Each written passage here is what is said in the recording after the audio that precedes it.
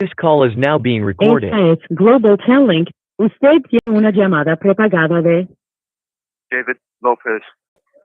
un individuo encarcelado en de la prisión estatal de Centinela, Centinela, California. Esta llamada y su número de teléfono será controlada y grabada. You have a prepaid call. You will not be charged for this call. Para aceptar esta llamada, diga o oprima ahora el 5. 5. Gracias por utilizar Global Telling. Hello, hello. Oh, okay, thanks. Hey, what's David. up, my boy? What up, David? How's it going? Yep. Hey, man, it's all right. Right here posted up with my H-Deuce, Jesse NAVA. What's going on? What's going on? What's up, Jesse? Oh, man. What you doing? Shit, man. I've been good. I know last week I wasn't able to, jump on with you guys. So, I'm definitely looking forward to, speaking to you guys today. Hopefully you guys have been doing good out there in prison. But yeah, everything's good out here for me. Well, it's doing good in there, I just want to say. And then last week, man, you just fell apart, man. It's been only 2 weeks, man. 2 weeks, and you forgot that you're. I mean, got 2 weeks, and he forgot that we was out and we were in. This man forgot how to smoke, Jesse. He ain't be speaking properly. I think going to North Carolina messed me up. No, I swear to God, I was just getting ready to say he's been hanging out with them North Carolinians. That's what it is, But no, it's been all right. I heard that there was some rioting in the streets, over Jesse and I not coming on last weekend, and it was a big thing. We had to send the National Guard. Yeah, the big thing. All New York. Stuff happened in New York over there. I don't know. It was just crazy. But no, I just want to say, man, I missed you guys, all of you out there, the unseen. It's been crazy, man. I talked to you about the fact that I got a write up of visiting a couple weeks back. For me, criminal. Oh. Yeah, a couple weeks back, and that was a pretty stressful experience. It ended up getting reduced. It got reduced to which is called a counseling chrono, which I got lucky at 128. But every time I ended up getting a copy of it, and I read it. I read it, and you want to hear what it says, James? Hell yeah! I'll read this to you. Let's see what happened. It says, roll it up for regrease. You're going homo. It says on Friday, February. But that's down like on the second paragraph, Jess. Yeah, you can't. Esta llamada y su número de teléfono será controlada y grabada. Yeah, see, Jesse was reading the disciplinary action. No, it says on Friday, February 21st, 2025, at approximately 15:27 hours, while assigned as Facility D visiting officer. Number 2, I observed an act of excessive physical contact between incarcerated person Lopez D and incarcerated person visitor NAVA. Wait, what? Specifically, and it's Shelly NAVA. No, it says, and his visitor, right? And look, this is the action. This is the act right here. Specifically, I observed Lopez giving a kiss on his visitor's upper right arm. I had to let that sit in. I observed Lopez giving a kiss on his visitor's upper right arm. He must not have learned anything because he's trying to kiss me on my right arm. I approached table number 2, assigned to Lopez, and informed him that his visit had to be terminated for committing the act of excessive physical contact of giving a kiss on his visitor's upper right arm. Can you make that sound? Dun, dun, dun. Let me see what I got right Lopez here. was escorted. Yeah. Lopez was escorted back to Facility D without further incident. Lopez is aware he will be receiving an RVR. Escorted? They made it sound like they put you in customs. Thank you anyway, huh? They Shawshank me. They gave me the Shawshank redemption treatment. They Hannibal Lectered you. Beat me. Put you on they beat me. Yeah. Lopez was strapped to a dolly and wheeled out. Strapped to a dolly. They put tape over my mouth, so I don't kiss anybody on the way. Inmate Lopez had his mouth duct taped so he would not continue to kiss his visitor's upper right arm. Can you believe that? Like, that is insanity. Man, that's a trip. That's So is this your the first write up, or is this already the second one? Did they change up any of the wording on it, or did they keep them the same on both? What are you talking about? So because they never issued them the actual original 115. Oh, okay. They reduced it without even issuing. Yeah, I didn't go to a hearing. And the thing is, look, there's people that have been working in the prison system for a long time, man. There's some amazing people that work in the system that have a good understanding of what standard human interaction is, non-sexual, nothing like that, just people just interacting naturally. Like, those are the people that should be working up in there. You know, you have to have some sense of, okay, is this excessive? By the rule, right? The rule, yes, okay, if there's something that's being violated, right, some sort of a rule, they have a wide range of options. They have discretion. This guy hit me in the hardest possible way with a 115. 100%. Then he had told people that he had told other people that he warned me the week before. I didn't even go to visit that week. That dude's never talked to me one time. Not one time. As a matter of fact, I'm the one that goes up and asks him questions if I'm not sure about something in the visiting room, because I don't want these problems, you know? Like, and that's out of respect, because in prison, it's all about respect in here. When you disrespect somebody, best believe they're going to get you on something. There's a million different ways that they can fuck somebody in prison. Not just the way you're thinking. You know, there's a lot. Yeah. Nothing. Are you talking about rice alone? Hey, nothing with the rice, nothing soap related, you know, and stuff like that. You know what I mean? But no, there's a lot of different ways that they can break down ego. That's what prison is partly designed to do. These guys come in here, including us. We come here and think our shit don't stink, and we got it all figured out. We can, you know, we're violating the laws of humanity and of society. You know, Jesse and I, we're here for taking somebody's life. You know, so yes, we violated the law, and the system will break down that ego and that senselessness, and they will teach us, and they will guide us, and they will rehabilitate us. But there's ways to do that. They have a discretion. That's why they're trained to, you know, they're trained in discipline and whatnot. And what happened there, that didn't achieve what they thought they were going to achieve. What did they achieve? A minor infraction was done, enough to where I didn't even get a hearing on it. His supervisors reduced it. They looked at it and like, man, this is crazy. You know, and now I don't even feel like I want to go to visit anymore. Yeah. I feel like, honestly, that environment is a toxic environment where I'm afraid that I'm gonna do something that they think is excessive, and I'm gonna get hit with another 115, or I'm gonna be retaliated on because they look at it like I beat it, and it's like, what do you mean I beat it? I don't even want to go to visiting anymore. How is that not punishment? Where I don't even want to interact with my family because I'm afraid that I can spend the rest of my life in prison over 115s. They will not release you from prison, from board, if you have 115s. Hey, and would you mind sharing with the audience that might not be familiar with the terminology 115 and how significant that would play a role in you going home if you do get one? Put it like this: if I would have gotten this 128 that David has in his hand right now, this warning, that right there, because I'm going to board this year, that would mean that I would automatically be doing another 3 years in prison at least. Yeah, that's a 3-year hit right there. Just that warning right there, what he got, that right there would have costed me another 3 years in prison. Oh, a 115 is classified different ways. So a 115 is given out where there's different divisions. So even on this one, they say offense division. Division A is the worst.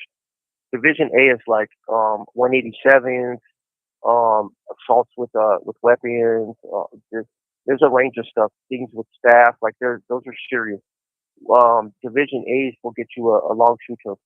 I don't know now. I don't even know what the shoe is anymore. But it's, back in Jesse and I during our day, we Division A's. I got them, and you're getting hit for years in the shoe for those. Division B is generally drug related. You get caught bringing something in, or you get, things like that. You get a Division B. I'm sure Jesse has some Division B's. Plenty of Division B's. I was a Division A guy and a Division B guy.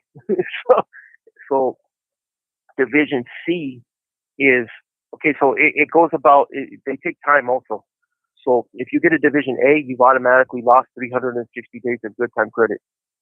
So if you're not maxed out, like you usually get like 3.5 or something like that, you get 10 years with 80%. You can stack on a year on that with the Division A. Division B, I don't know how much time they take off on that. How much time? Just 180? Division B? Yeah. It can be anywhere from 90 to 9 months. Oh, okay. Yeah, they have a wide range, but Division A, it's just 360. You're done. Division C is generally 120 days, and they give you the only Division C's that I know of are like wine beefs, dudes that make pruno in here, stuff like that, get cracked. I see them catch Division C's. Division D I have so many of those, James. I got a lot of Division D's.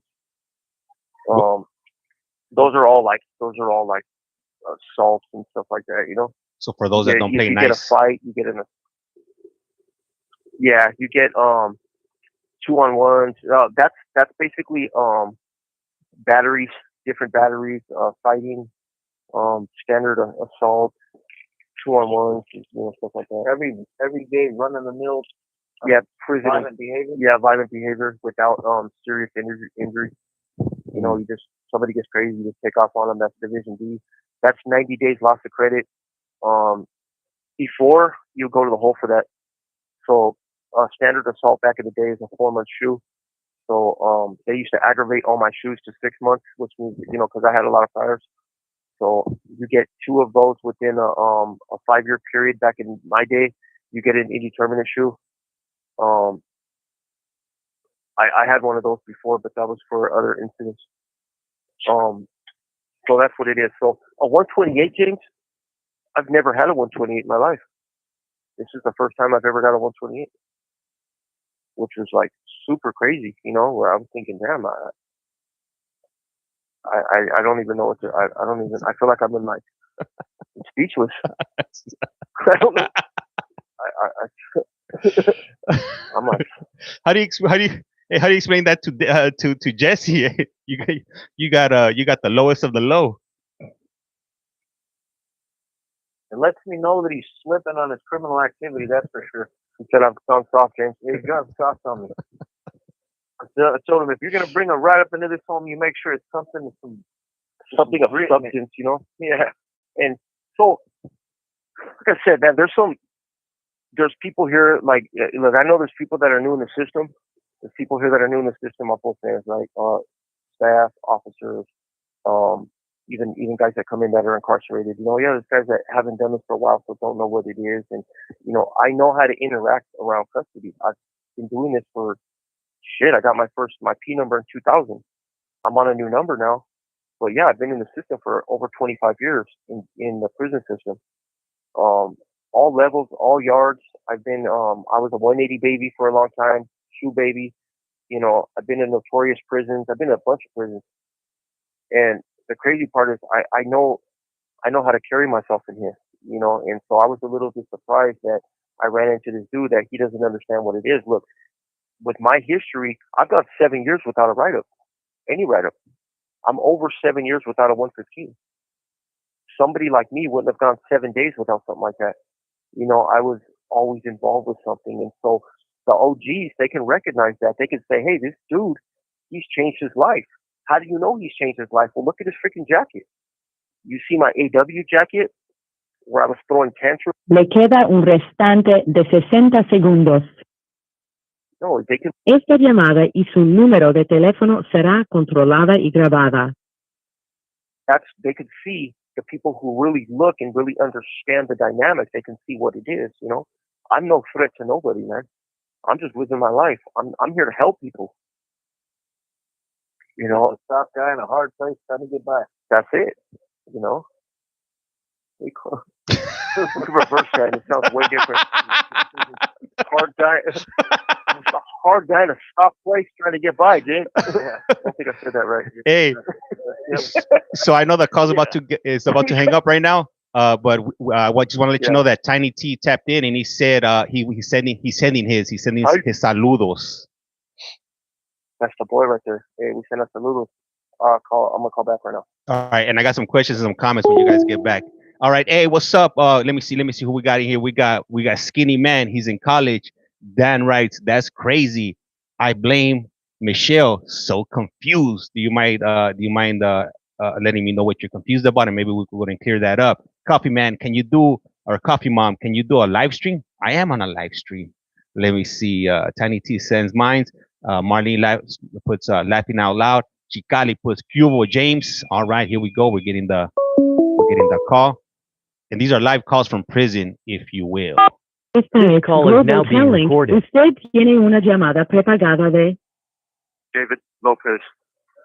un individuo encarcelado de la prisión estatal de Centinela, California. Esta llamada y su número de teléfono será controlada y grabada. You have a prepaid call. You will not be charged for this call. Para aceptar esta llamada, diga o oprima ahora el 5. 5. Gracias por utilizar Global Tel Link. Hello. Yeah.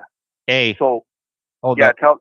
Let me tell you. So we got Marlene. Marlene writes, sending my hellos to them. #Team Marlene. Gary. What's up, Team Gary? Marlene, you send ours.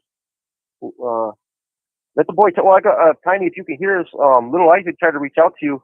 I think like a couple weeks ago or something like that. But he said you didn't answer. So he's real excited to know that you're out there. He's trying to get a hold of you. All right. What else? That's right. Let me see. I got let me see. We got Chicali in here. He writes, Cubo James Despensa en la tira. Roll call. Chicali. We also got he's from Arizona. He just got out from doing 15 years. He's been jumping on my court hearings. We also got that's cool, man. We got Eli Blankenship, and he writes, love the lives. Just got out of jail now. That's what's up. Hell yeah. And then I got a question for you guys whenever we got a moment from Omar. So just remind me to come back around on the question that he dropped in the comments. No, that's cool. Yep. So what I was telling you about earlier, right, about the interactions in here, and the guys who've been down for a while understand this, especially the homie that did 15 years. That's what I've been in for 15 years already, almost myself. Jesse's been in for over 20, and we're both considered lifers by the definition of we have the L's. I got 40 to life. Jesse got 25 to life. So yeah, we got broke off pretty good. My boy's almost at he's at the end of the road with board. I still got a ways to go, but I know this environment. It's a little bit like I can't. Jesse's pounding off burritos right now on the chair. So she's over there doing something. But yeah, he makes these big ass burritos. But we know what it is, and there's like we got some OG in here, right, that works in our building, and this OG right here, like he carries himself with respect. Everybody knows him. His big thing, like, man, he does not like wall sockets that are homemade. That's the only thing about him, man. Like that is his pet peeve right there. He will find it. he's like the dude from Taken, I will find that socket. I will take it. But other than that though, there's good dudes in here, right? That's the OG Carrillo, cool dude, man. We're lucky to have him in this building. He's him and some of the other staff. They've been bringing in dudes in this building that they've been around, programmers, dudes that don't mess around, super respectful. So just want to send a shout out to him, to his people out there. This prison could be a dangerous place, and I do man, it affects us in a lot of ways, and I know that it affects them.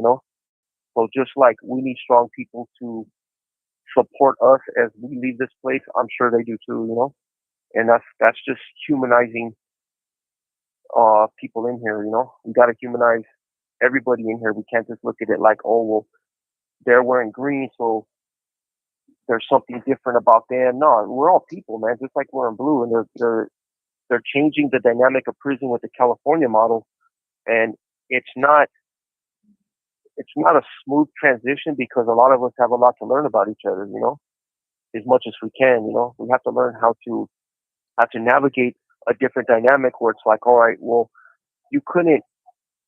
it was weird for us to go up and shake somebody's hand that worked here. You know, we don't shake hands in here yet because it's not normal. So I don't think I've ever seen anybody walk up and shake an officer's hand.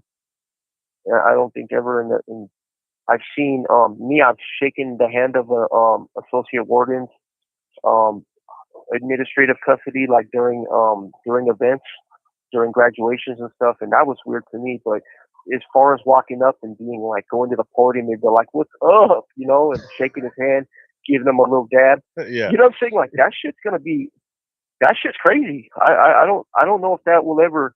They're talking about doing softball games with us in here. I heard about that. Yeah. And so they talked about it on this yard. And, you know, I'm thinking like, damn, what happens if you accidentally like bump into one of them or you like if they get hit with a ball that you throw, you know, and it's not on purpose, but sometimes, you know, contact is made. And so they got they got youngsters too, but I mean it's different now because there's cameras everywhere. But they got youngsters that'll chunk them with you. them dudes. You touch one of them dudes are gonna come back with a freaking left hook, you know. So it's a little bit. It's a learning experience, you know, for both of us, you know, for all of us in here. The concept of general population, and I think it's more the old timers that'll fight with you before the youngsters. I was thinking that right now. I was thinking some of the old timers, like, the youngsters will talk, like, act with, like, little weird-ass attitudes and shit like that. Esta llamada y su número de teléfono será controlada y grabada. But you definitely get some of the old school that were around prison when prison was real, where if you didn't know how to defend yourself, you would have stood and ducked. These kids now, they coming in here out of the academy with little weird attitudes, and they've never experienced real prison or real violence or seen anything real in their life to begin with, so they come in here. You know, and they you know, most of them are pretty decent. They don't come with too bad of attitudes, but the ones that come with little funky ass attitudes, it's because they've never seen anything, and they for sure don't want to fight. Like that dude that wrote me up. Yeah. And the thing about him is he's always been cool. Like I've had nothing but cool interactions with him. You know what I mean? But it you know, when I do know that he had made some comments about the Flipper, you know, was trying to get over on him in Ironwood. He remembered Flipper when he was new, and you know, so maybe he's painted all of us with brushes like that because he had dudes like Flipper and dudes like who we would have been in the past when he first started getting over on him. You know what I mean? Playing him like a chump because that's how we've seen all cops as chumps and just doing whatever we had, you know. So maybe it set the tone for how he wanted to be. But I can honestly say, like wholeheartedly, that I didn't see this coming from him. You know, he's been cool. If anything, I seen him calling you up there like, hey, you know, like we actually did that the other day. Like he was telling people like they're calling him up there. So they probably told him like, hey man, you got to clearly be warning these guys or whatever, because he called somebody up there and was like, hey, you know, and he's like, oh, whatever, you know, and that's it. Like that's all you had to do. Yeah, that's all you have to do. Like, after that, if they do something stupid, then by all means write them up. You know, if that's what, you know what I mean. If they're you know, blatantly disrespecting you or disregarding the rules and regulations, especially after you've told them something, well then you don't know them anything, you know. But you know, yeah, it is what it is. But yeah, definitely I want to give another shout out though to the OG Carrillo, because he's cool as ice. And those are the kind of COs, correctional officers we're used to being around. You know what I mean? Like they know what time it is. They've seen enough shit to understand that there's no need to be acting like an idiot on this sorry ass yard. No, and the thing is too. Esta llamada y su número de teléfono será controlada y grabada. I think that's the biggest misconception is we want to do right by these guys. Yeah, we don't want to come in here and we don't want them to come in here and give us that look like, hey, fool, you brought all kinds of people building, you did this and that, you know, like really you're gonna do me like that? Like that shit hurts. Like I don't know if you know, James, but we're a bunch of emotional vatos in prison. You know, if that fool was to come to the door and be like, man, just give me that look, you know, and shake his head, like Jesse in here will probably turn the TV off, look at the ground for a little while, like we'll start blaming each other. Yeah, what did you do?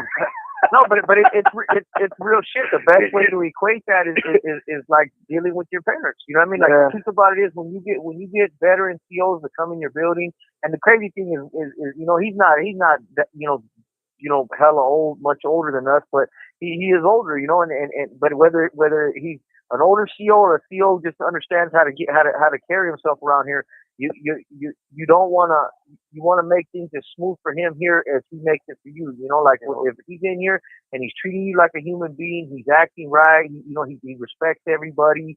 He hears you out. You know, you know, he tells you what it is. Also, there's things he doesn't like, and he'll let it be known. Like, hey, these are the hardliners right here. These are things that I don't like, and this is what it is. You know, and when they respect you and they give you that respect, and they treat you like humans, you're going to be more compelled to give them back what they want, because like Dave said, like last thing you want to do is disappoint them. Last thing you want to do is make them feel like, man, you gave me something that you didn't have to give me, or you didn't. You know, a lot of these dudes don't feel they owe us any respect.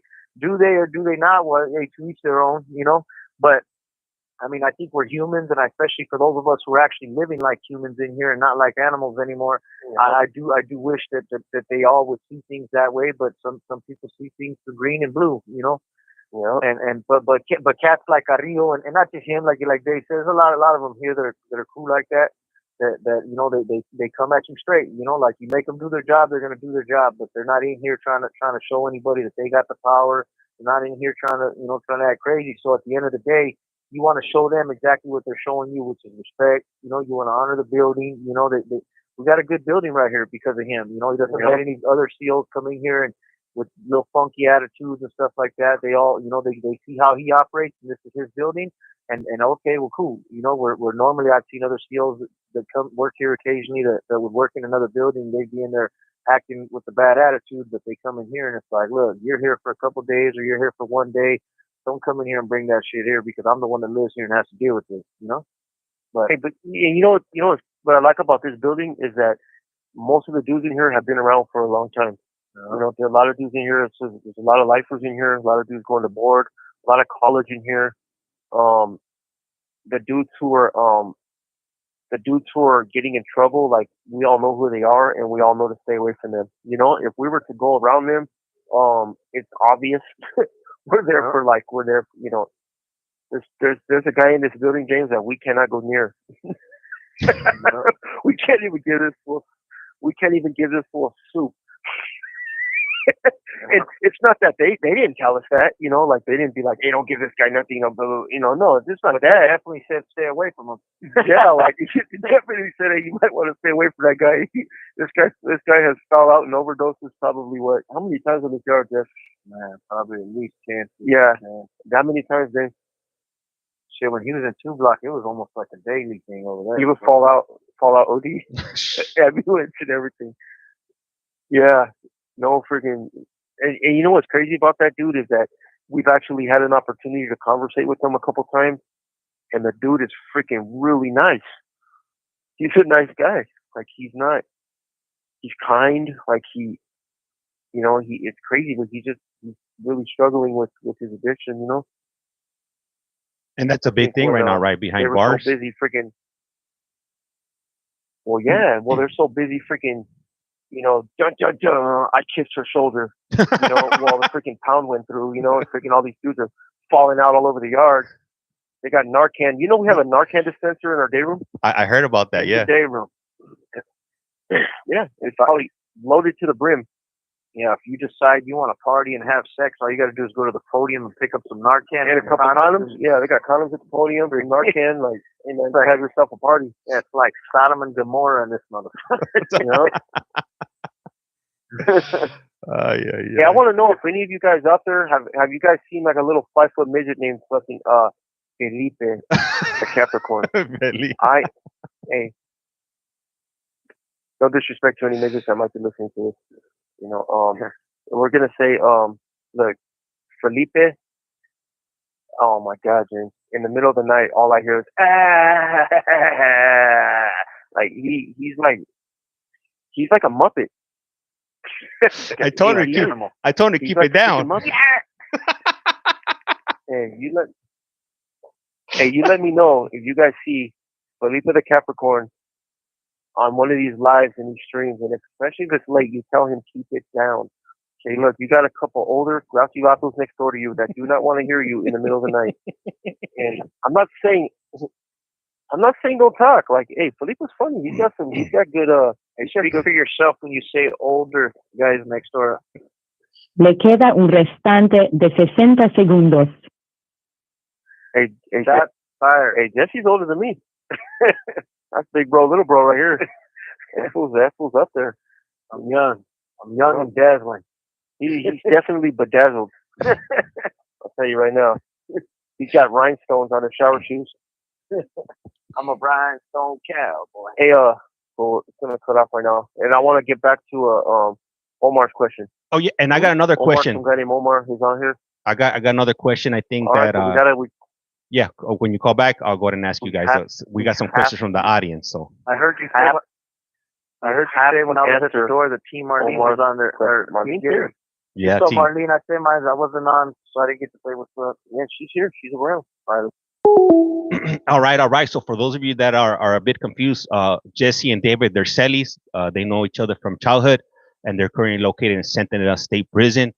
I see a few questions on here. I saw the question from Omar, and then I saw another question from let me see, was it I blame Michelle. So we'll go ahead and get into that right now. I'm not ignoring your questions. I just don't like to cut them off. I normally like to do these questions in between the reconnection of these phone calls.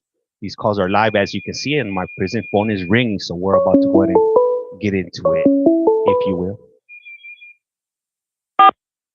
This call is now being recorded. Global Telling. Usted tiene una llamada prepagada de David Lopez. Avenal State un Prison. individuo encarcelado en de la prisión estatal de Centinela, California. Esta llamada y su número de teléfono será controlada y grabada. You have a prepaid call. You will not be charged for this call. Para aceptar esta llamada, diga o oprima ahora el 5. 5. Gracias por utilizar Global Telling. Hello. James. Yes.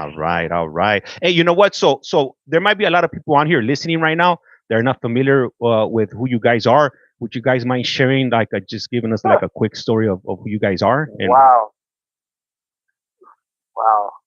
First of all, I'm offended to think that there's anybody under the world that doesn't know. Yeah, that doesn't know who we are. Yeah, who we are. Do they not know who I think I am? Yeah. All right, so Jesse is I. So my name's Jesse. Now we've been doing this show for about a year and a half. James and I was the first interviewee for the show. We started this it's been over a year and a half, my James. yeah, no, we're about to hit our second year right now. I think coming up in September, October. Man, okay, so we've been rocking out. We came up, we said James wanted to do a show, and we were like, man, let's do this. So we came together and decided that maybe we try to do something a little different than what everybody else was doing, talking that old prison glorification stuff. So we got on here and we wanted to do some backstory. So I'm sorry, just cut you off. I have to let you know, Jesse looks way different today than he did 2 years ago when he started this. He did not do well with fame. He looks like a mix between Chingo Bling and Tori Spelling.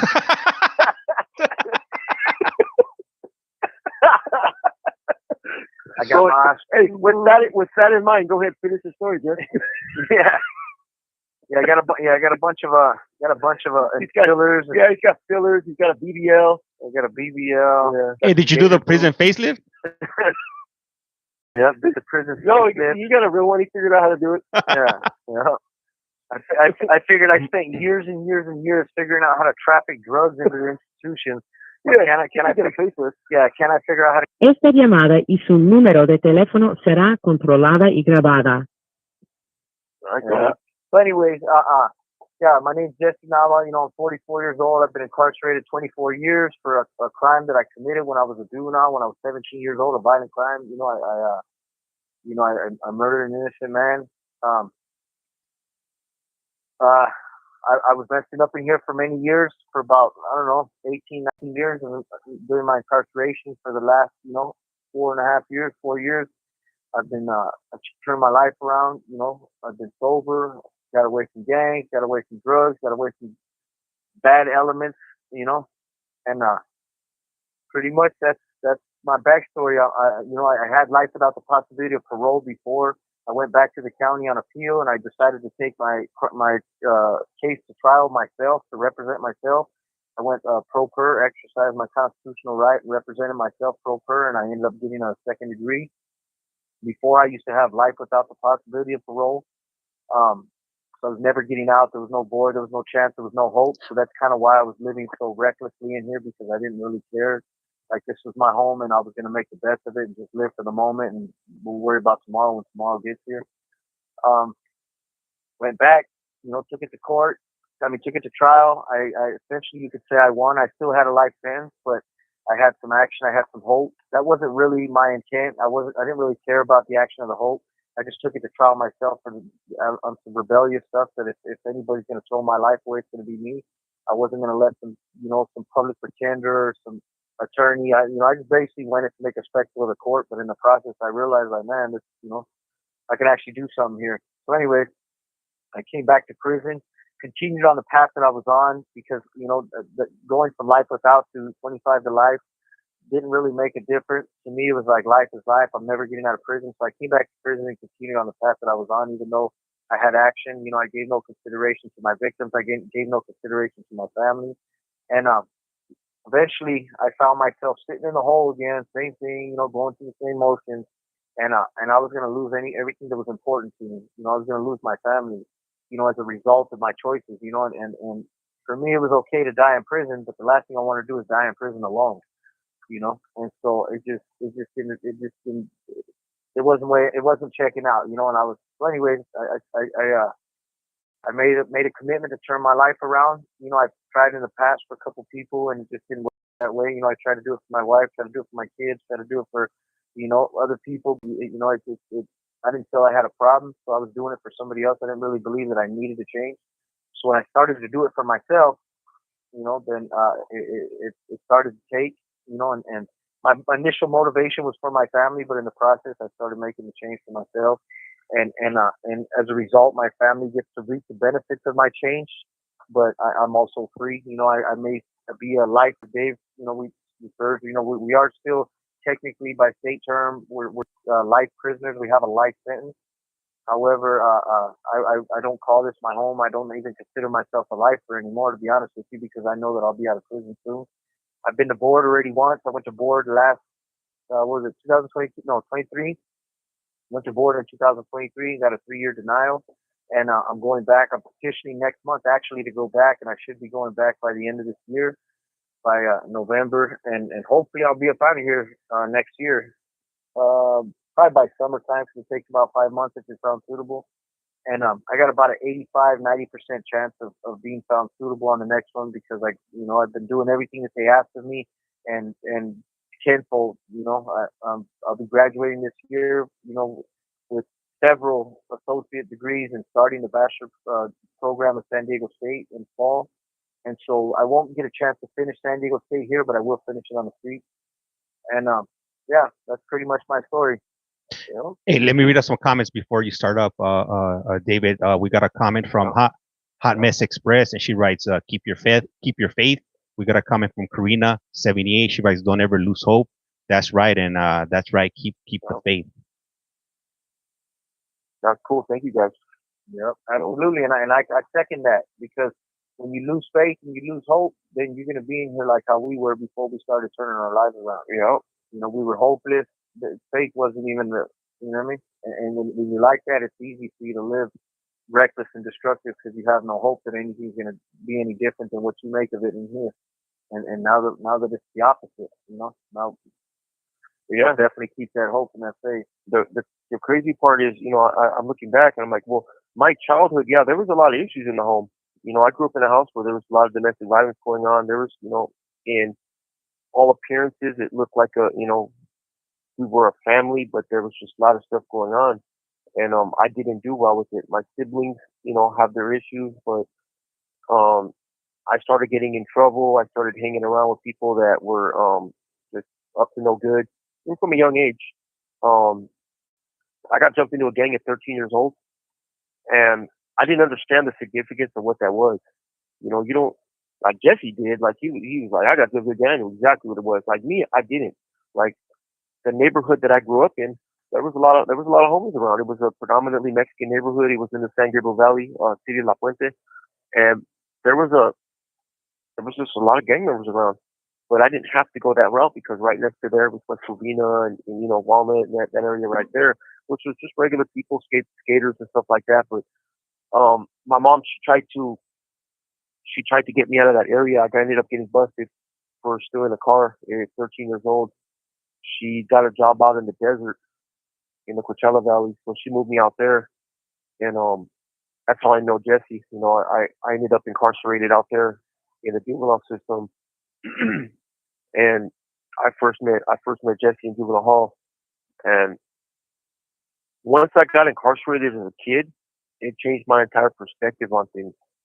Suddenly, like I didn't feel like I was connected to my people out there, like my family. I love my family, but I always felt different. I felt like I was off a little bit, like something wasn't right. Like I just didn't really have my place, and so I sought acceptance and belonging elsewhere. And when I went into the system and I was around those kids in juvenile hall with me, they became what I was looking for. They became like family.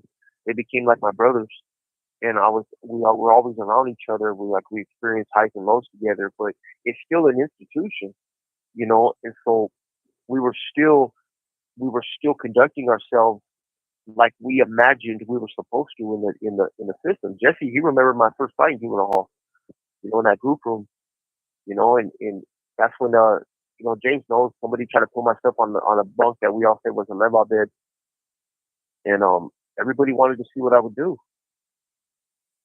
Jesse, a lot of the fellas, said, well, what am I going to do in this situation? Yeah, everything is all cool, but now this is a jail situation. This is an institution situation here where I'm being put to the test, and you can let your nuts hang or you don't. Yeah, let your nuts hang and you don't. Let's see what it is. I'm talking tough this whole time, and I wasn't a tough kid.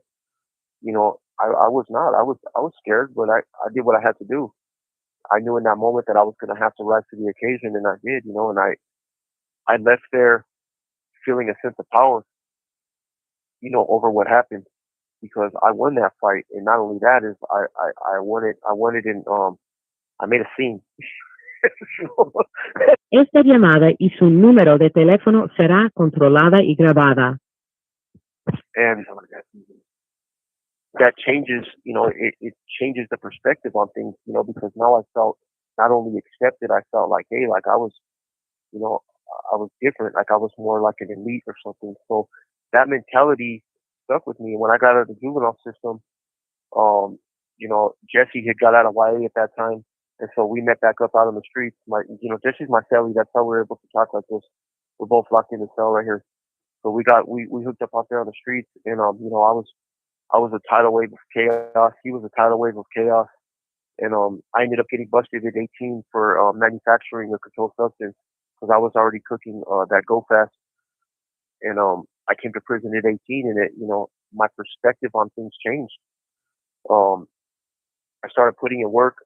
I started putting in work young because I still had that thought in my head. Well, this is a higher degree of the level bed in here.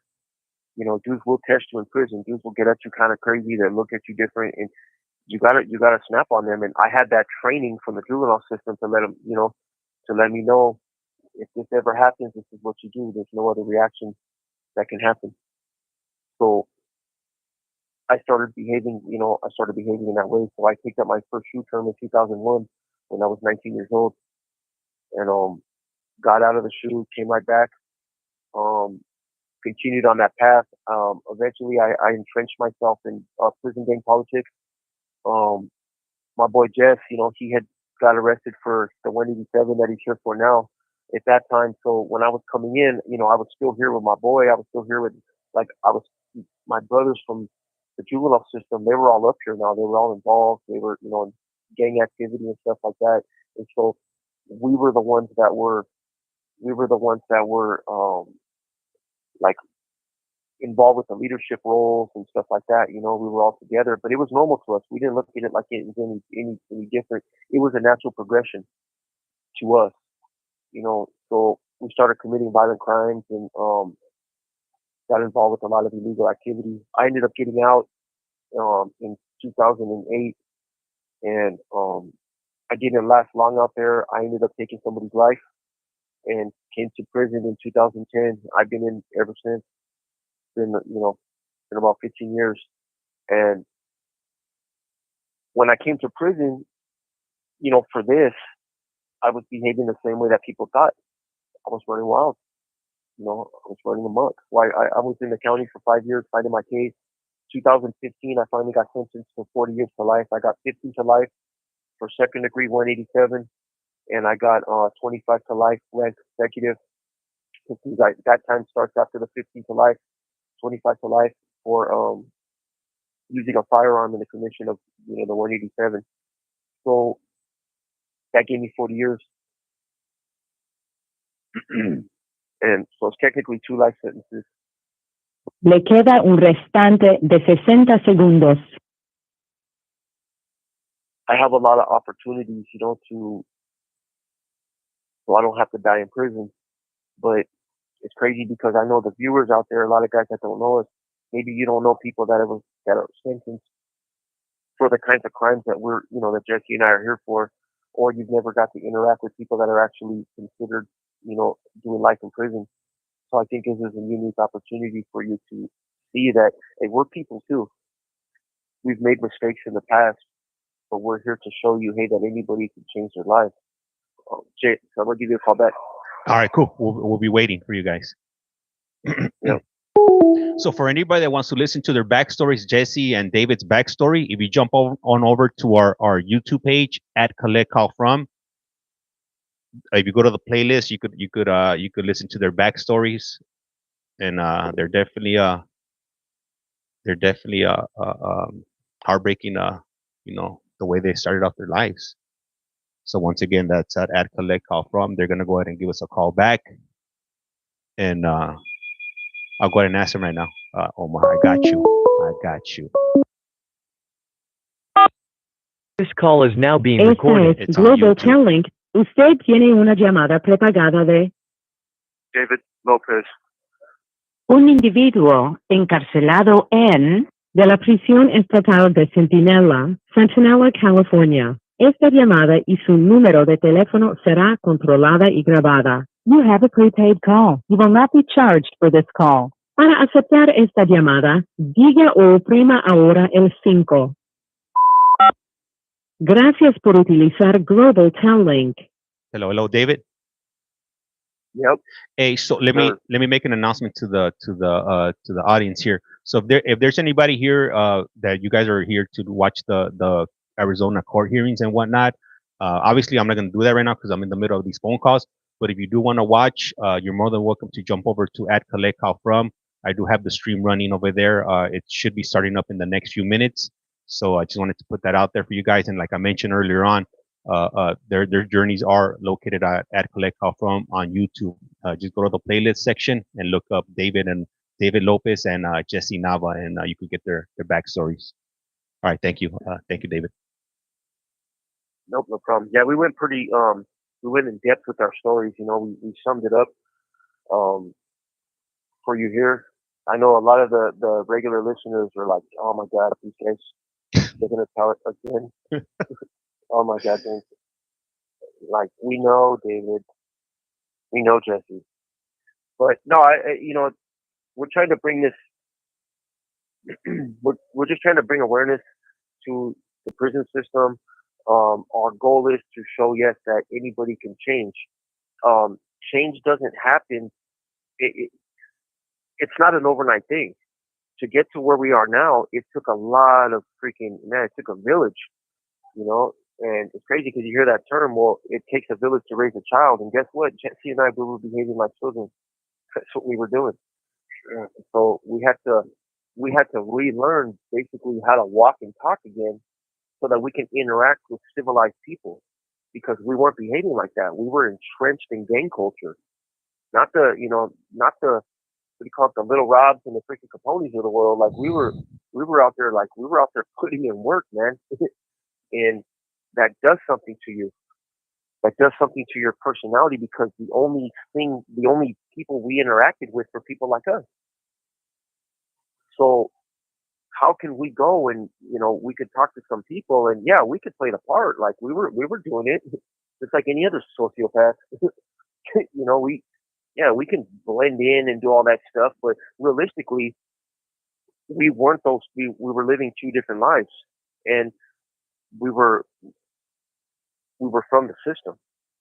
And what we had to learn was, all right, for one, the way that we were living was unacceptable. It was unacceptable. We have no right to take other people's property. We have no right to make the streets dangerous. We got no right to hurt anybody. First and foremost, right? And people should be treated with dignity and respect. It wasn't all about what we wanted. It was just about what was right. And so we had to beat those lessons into our essence of who we were, so that we can develop empathy, because we didn't have empathy like that. That was, we have traumatic backgrounds, man.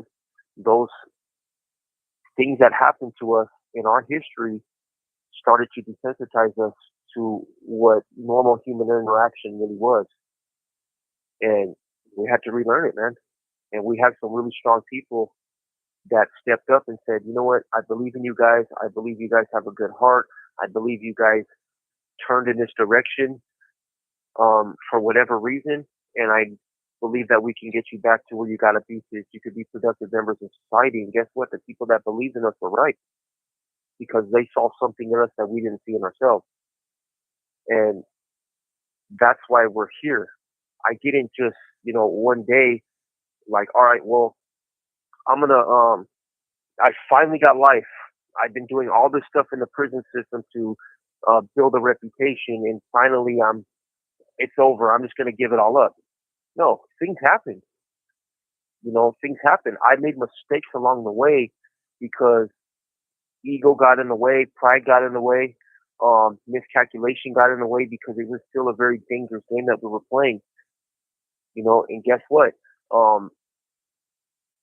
I had to leave that environment that I knew, and I had to come over to somewhere new, where it was just me, so that's a little bit of my story right there.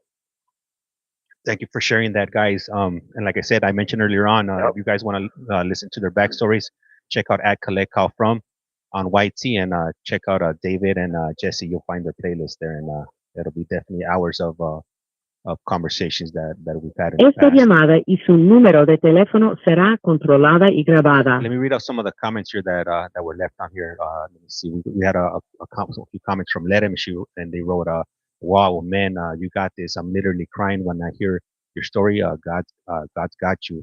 Let me see. Small towns are the worst. You're gonna have good testimony. I know God's working. You don't lose your faith." And the last one is, "You left your mark now. Now leave your mark. Today's God is working in you. Amen." Yep. No, it's true. And what we try to do now is we're in the service of our community. That's what we do. We help people. And like I said, Jesse's on the end of his journey. He's going to go to board. He's going to go home soon. I still have time. I'm sitting here and I still have 40 years to life. And so that's scary.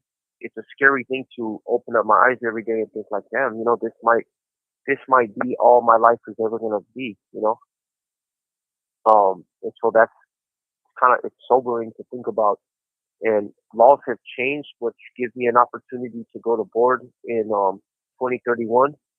So I'm very lucky to have that opportunity. It's still about 6 years away.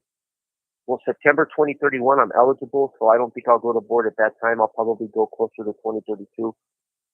But I do have an opportunity now. My case got open for resentencing in court, so it's a possibility they could stay the 25 to life firearm enhancement. And the person that left that courtroom when I got sentenced in 2015, so that was about 10 years ago. I'm a different person that's going to be walking back up to that judge, you know.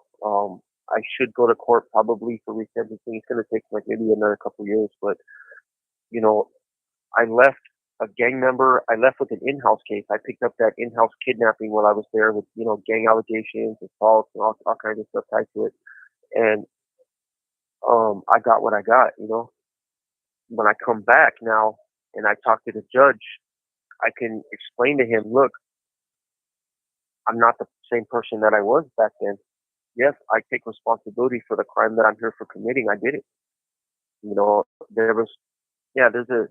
some of the details were a little exaggerated in trials and whatnot, but at the end of the day, like, I did it. I pulled the trigger. You know, I made the decision to play God, and this is what happens to people like that. You know, this is the time that I get.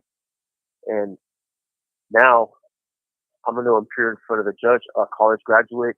Jesse and I, we should be done. I'm going to have degrees locked in the summer, and I'm going to go for another probably 2 or 3 in the fall. We're psychology majors, sociology majors, behavioral sciences, university studies. That's for our associate's degrees. We have a program here that we're both a part of, which is from San Diego State University.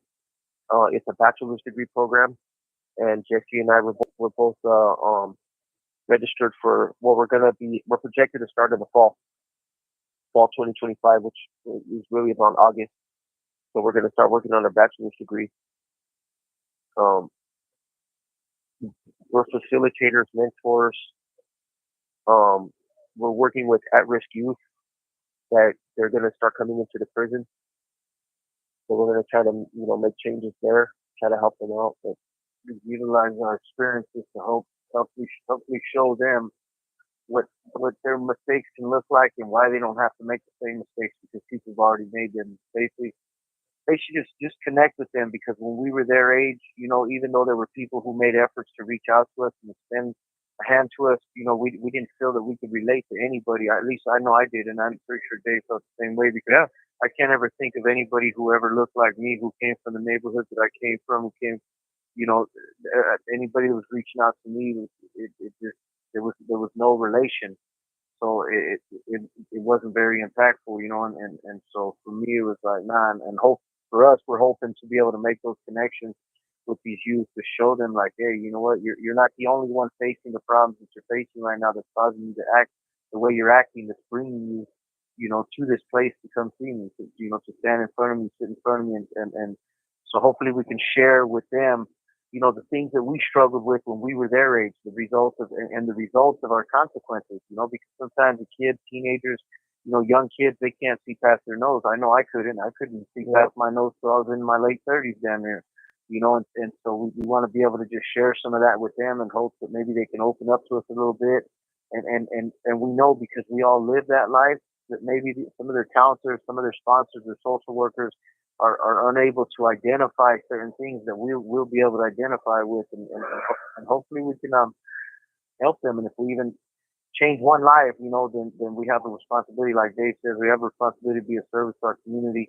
We left a horrible footprint in the past, so hopefully we can do something. We can never rectify the things that we've done because we've taken a life. You know, both of us have taken a life, we've taken lives, you know, so it's that you can't ever undo that. You know, that's definitive. So all we can do is work as hard as we can to leave a better impression on this earth than what we've done in the past, and hopefully we can do that with the youth, you know, and hopefully we can help some of these kids and touch and impact one of them in a way that they walk away from here and say, you know what, man, that dude understands me, that, you know, and I for sure don't want to be that guy. You know, like I said earlier, I committed a violent crime when I was 17 years old, you know, and I've been in prison my whole life, you know, and I get to show them that, like, look, how was you guys, you know? you guys on steroids. You know, you don't want to make the choices that I made. You know, and it's not a scared straight program at all. It's a youth development program. You know, that scared straight shit doesn't work. It doesn't work for anybody. You know, in fact, it's actually counterproductive because you know it has negative effects on these kids. So what we're trying to do is we're trying to connect with them and just show them like, look, man, you know, obviously people care about you, otherwise you wouldn't be right here in front of us. Sometimes you may feel like you're alone in this world, but you're absolutely not. You're not the first person that's going through whatever you're going through. And hopefully they'll open up. We're gonna, you know, do some goal setting with them and see what happens. You know, and hopefully we can get this our first event cracking. You know, by April. I'm thinking more close to May, but they're projecting one in April. So let's see what happens. You know, bring them in here and show them what prison looks like and show them what their future looks like if they continue on the path that they're on. Oh, that's what it is right there. You know, the thing is, James, when they come into prison, right? When they come into prison and they see it, I think the realities of what prison actually is will have a bigger impact on what we can like, rather than like saying, oh, well. Esta llamada y su número de teléfono será controlada y grabada. You're gonna come in and someone's gonna try to take your shit and you know, like just some crazy shit like that. Like that's not realistic. Like shit. That's not common in prison. It happens, yes, of course, but it's not something that you see. Like I haven't seen that shit personally myself in 25 years in the system, but I've heard about it. You know, no, the reality of prison at one time, and the cops are the ones that actually stick the guys on them. You're talking about Purple Passion? Yeah, they went in there and took his donut. Oh yeah, yeah. That's there's the stories, the Big Bubba stories, and all that stuff. Look, realistically, that's not the scary part of prison. The scary part of prison is that, one, you can spend the rest of your life in here walking in circles in a fishbowl. That's what this is. You know, and they'll do it. You spend decades here on these yards, and you don't really even notice it, man. The seasons, they fly by. They start running together. It's already going to be summer again. It's you see the same thing every single day. You see the same people every single day. We have the same softball games. We got the same handball games. The basketball guys are the same. Guys come, guys go. You know, it's taken me years to come back over here. Le queda un restante de 60 segundos. I used to talk to Jesse a lot, you know, when I was still on the streets and he was in, you know, but the fact of it is I haven't been housed with Jesse since 2005 probably. You know, that's 20 years ago. You know, it's been so you got friends like that we see that we're really close, but we don't get to be around each other ever again. And we see a lot of people dying here. That's the crazy part about it. You know, that's the reality. It's just another body on the yard. You know, and that's the reality of what prison is. It's that environment, man. It's a parasitic environment. You always need help from somebody else. And now there's so much better that you can do with your life than spend it in here, you know. So call back is about to hang up, and call, James? And I'm gonna ask you. Yeah, no, we're gonna be on here for a while. So okay, so right now when they call back, Omar, I'll go ahead and ask your question, and then I'll go ahead and ask what was that name? I blame Michelle. We're gonna go ahead and get into that. Can you tell them I sent him finger hearts? I'll let them know right now, Megan. Let me see right here. And just so you guys know, these gentlemen are married. So just throwing that out there. Let me see. This call is now being Esta es recorded. Global Telling. Usted tiene una llamada prepagada de David Lopez. un individuo encarcelado de la prisión estatal de Centinela, Centinela, California. Esta llamada y su número de teléfono será controlada y grabada. You have a prepaid call. You will not be charged for this call. Para aceptar esta llamada, diga o oprima ahora el 5. 5. Gracias por utilizar Global Telling. Hello. Yes, sir. So we got they were sending finger hearts They just wanted me to let you know that they're sending finger hearts. That would be Megan, and I threw this disclaimer out there that that you guys are married, but she said she's married too. So just to clarify the air over here.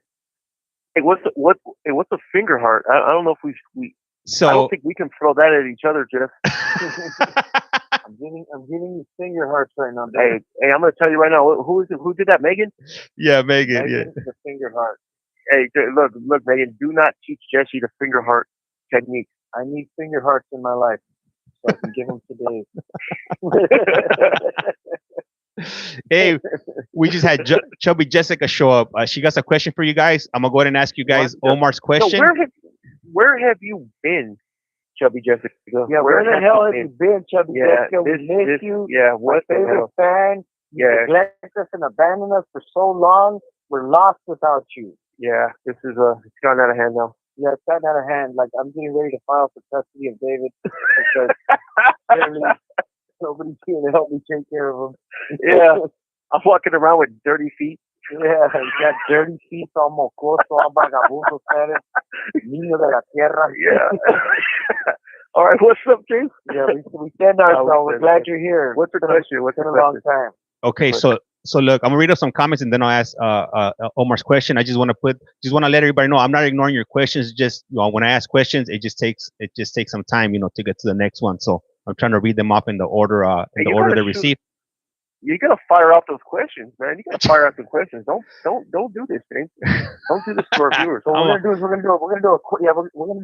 gonna do a question answering session right now. So it's all about you guys, so viewers. The calls is all questions. Let them have it. We're not allowed to go off. Nope. Esta llamada y su número de teléfono será controlada y grabada.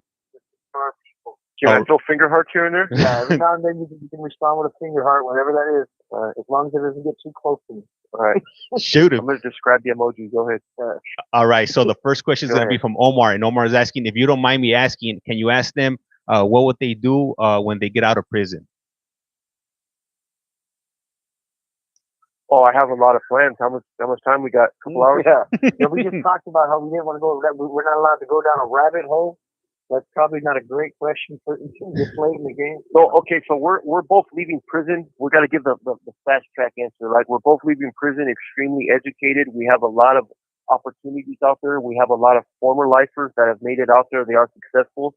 They run companies, and we're gonna go out there and get involved with. We have careers waiting for us out there. Great paying careers. We actually have a great friend that we met on this show right here. Yep. Actually, more than one. Who have extended, some great opportunities to us, and so we're definitely going to capitalize on those opportunities, as far as great jobs and other just great opportunities, Yeah, we have our plans meticulously laid out. Exactly, literally from day one, first hours, we have everything structured. So we're, I want to go back to school.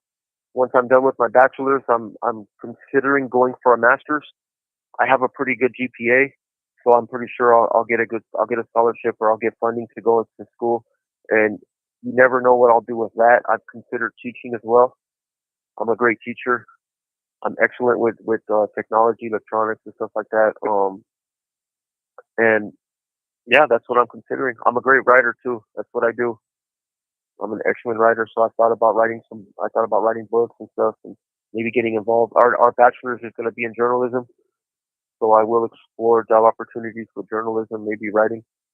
And yeah, and that's what it is. It's all about establishing our lives, as opposed to do I want to go to the beach? Do I want to? Honestly, you know what I want to do really bad, James? I want to get a dog and tickle the dog. I miss having a little dog, I want to get a cat and tickle a cat. I want the little dog. I want the dog, to freaking to be all like wag its tail and interact with it. Like, I just miss that. I miss those kinds of interactions like this. Where you get a cool dog and it's always with you and you pet its head, and I just miss those things. I miss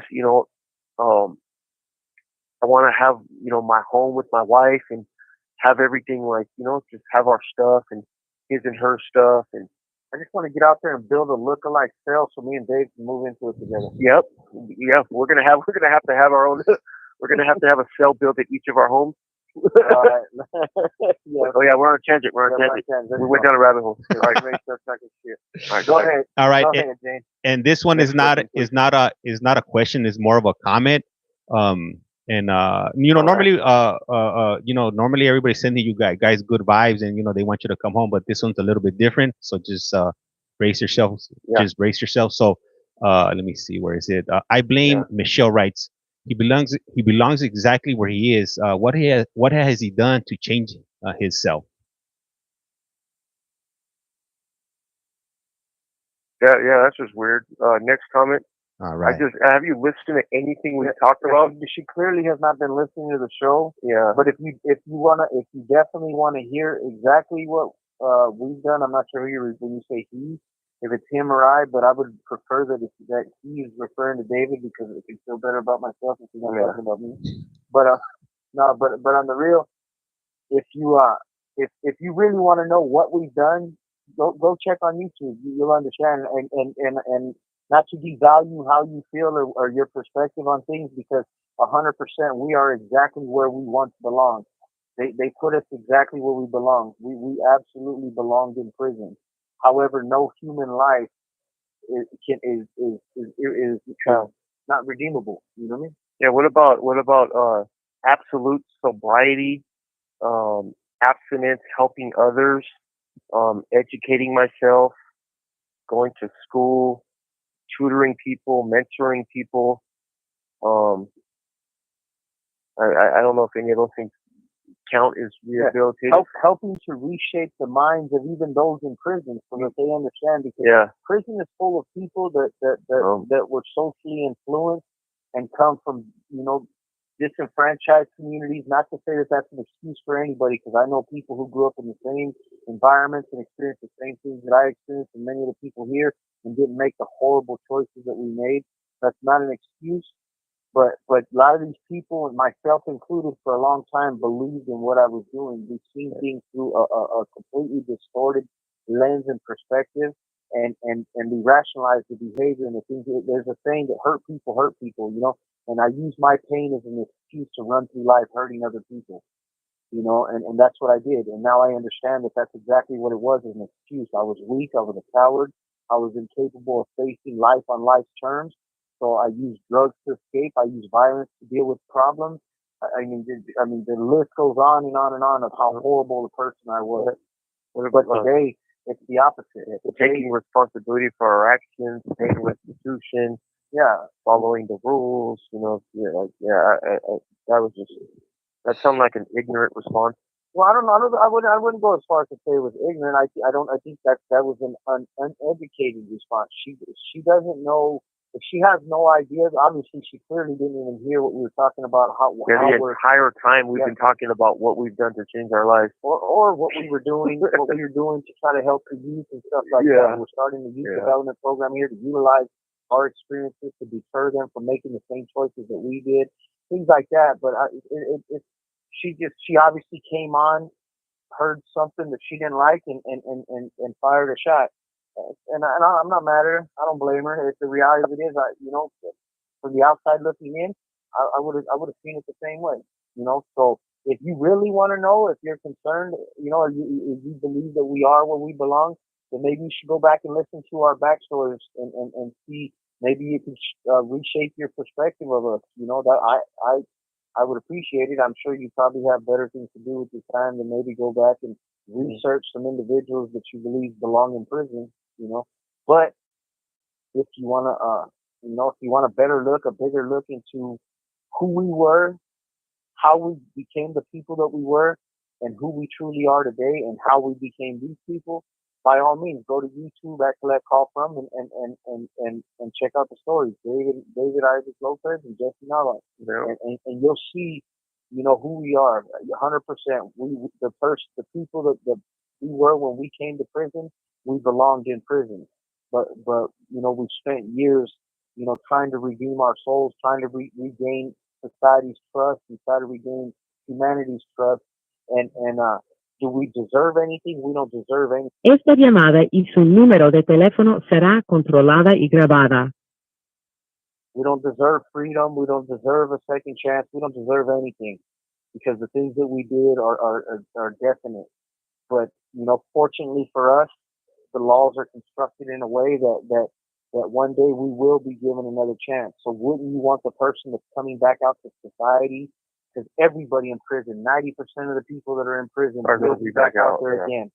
Wouldn't you want them to come back out there, the people that we are today versus the people that we were when we walked in here? And I'm telling you right now, these guys are walking out of here every day that are still the same idiots that we were when we walked in this stores. They haven't done a quarter of the work we've done. Yeah, to change our lives. So, yeah, that's that. We're sorry that you feel that way, Michelle. I hope you can take some time whenever you have free time to go back and listen to our journeys and listen to our, you know, we tell our story from when we were children, the lives we were born in, you know what I mean? The kind of parents we had, the kind of lives we lived, the horrible choices we made, and ultimately our journey through prison and our journey to redemption and recovery and restoration, you know, which is a journey that'll never end for us. Yeah. You know, we're for the rest of our lives, we'll be working on, you know, redeeming ourselves, which is, you know, impossible because you can't truly redeem yourself when you've taken a life, but we're going to do everything we can to make it better. To honor our victims. Yep. Yeah. All right, what else you got, James? All right, thank you. Thank you guys for answering that. We got M Star Media. She just drops my guys. James, what up? These two guys are so grateful. They're doing great things. Thank you. Yeah, hey, thank you for having our back, M Star Media. We were glad to see you guys right off C-Stars. Yeah. You got the I don't know if we can get busted for what sound are you trying to make? We don't have any sound making machines, so we make weird sounds here and there. Yeah, there you go. I know Trump got in trouble for using the Village People song. Yeah. Throw it on here on that. Yeah, M Star Media, man, thanks for tapping in. We had even asked earlier because I was over there when James was doing the roll call, and I had asked him, hey, was M Star on there? And Max, he was like, I don't know, I didn't hear it, but good to know you're here, man. We send our love your way. I was laughing earlier in between the calls. I told Jesse, hey, you remember when Mad Max said I kidnapped the life? That shit still makes me laugh, man. Yeah, that's funny. All right. Go ahead. So let me see. Also, let me. Somebody wrote. I think it was Jenny from the block. She wrote, "A dog. You know, a man's best friend is his dog." Laughing out loud. You know how you were speaking of your dog earlier on. And then let me see. My imaginary dog. My imaginary dog is a mutt. It's like a mix between a lab and like a pit bull. So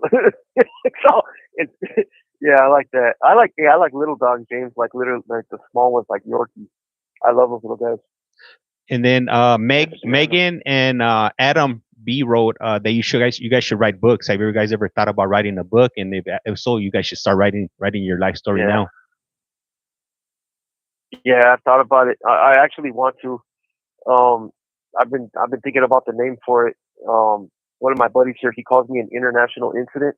So I'm thinking about titling my book like that, you know, because I was incarcerated in Mexico for a little while. Right, thank you for that. And then, hey, have you guys ever been? We had a question earlier on. Have you guys ever been to Avenal State Prison? No, that's a low level. Le queda un restante de 60 segundos. But no, I got a good friend. I knew two that were up there, but I have a good buddy that's there right now. And yeah, no, haven't been there. Hey. My brother-in-law was there years and years and years ago. Yeah, I know all about it though. M Star Media wrote, I have an imaginary dog too. That my Winston passed a Yorkie Shih Tzu mix. What? Hey, hey, I know a Shih Tzu. I know a Shih Tzu that killed a pit bull one time. The pit bull choked on it.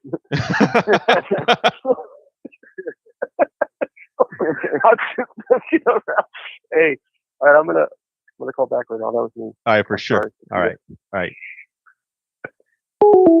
All right. So, and if I happen to miss your question, if you guys wouldn't mind copying and pasting it again, and I'll get to it as as they come in. I apologize, you guys. I'm looking at three different screens. I'm running three different streams. I got two streams on TT and I got one stream on YT. So that's why my eyes are always shifting around because I got different screens in front of me. So Chubby Jessica, I got you. So Chubby Jessica's question, it'll come up right after Corey's. Let me see here. This call is now being recorded. Link. Usted tiene una llamada prepagada de David Lopez. un individuo encarcelado en de la prisión estatal de Centinela, Centinela, California. Esta llamada y su número de teléfono será controlada y grabada. You have a prepaid call. You will not be charged for this call. Para aceptar esta llamada, diga o oprima ahora el 5. 5. Gracias por utilizar Global Tel Link. Hello, hello. Hello. All right. So I'm gonna ask. We got a question from King Corey, and then I'll ask Chubby Jessica's question. King Corey's asking, how long has he been in there? You guys all just tuned in, huh? Yeah, they must have just tuned in. Jesse.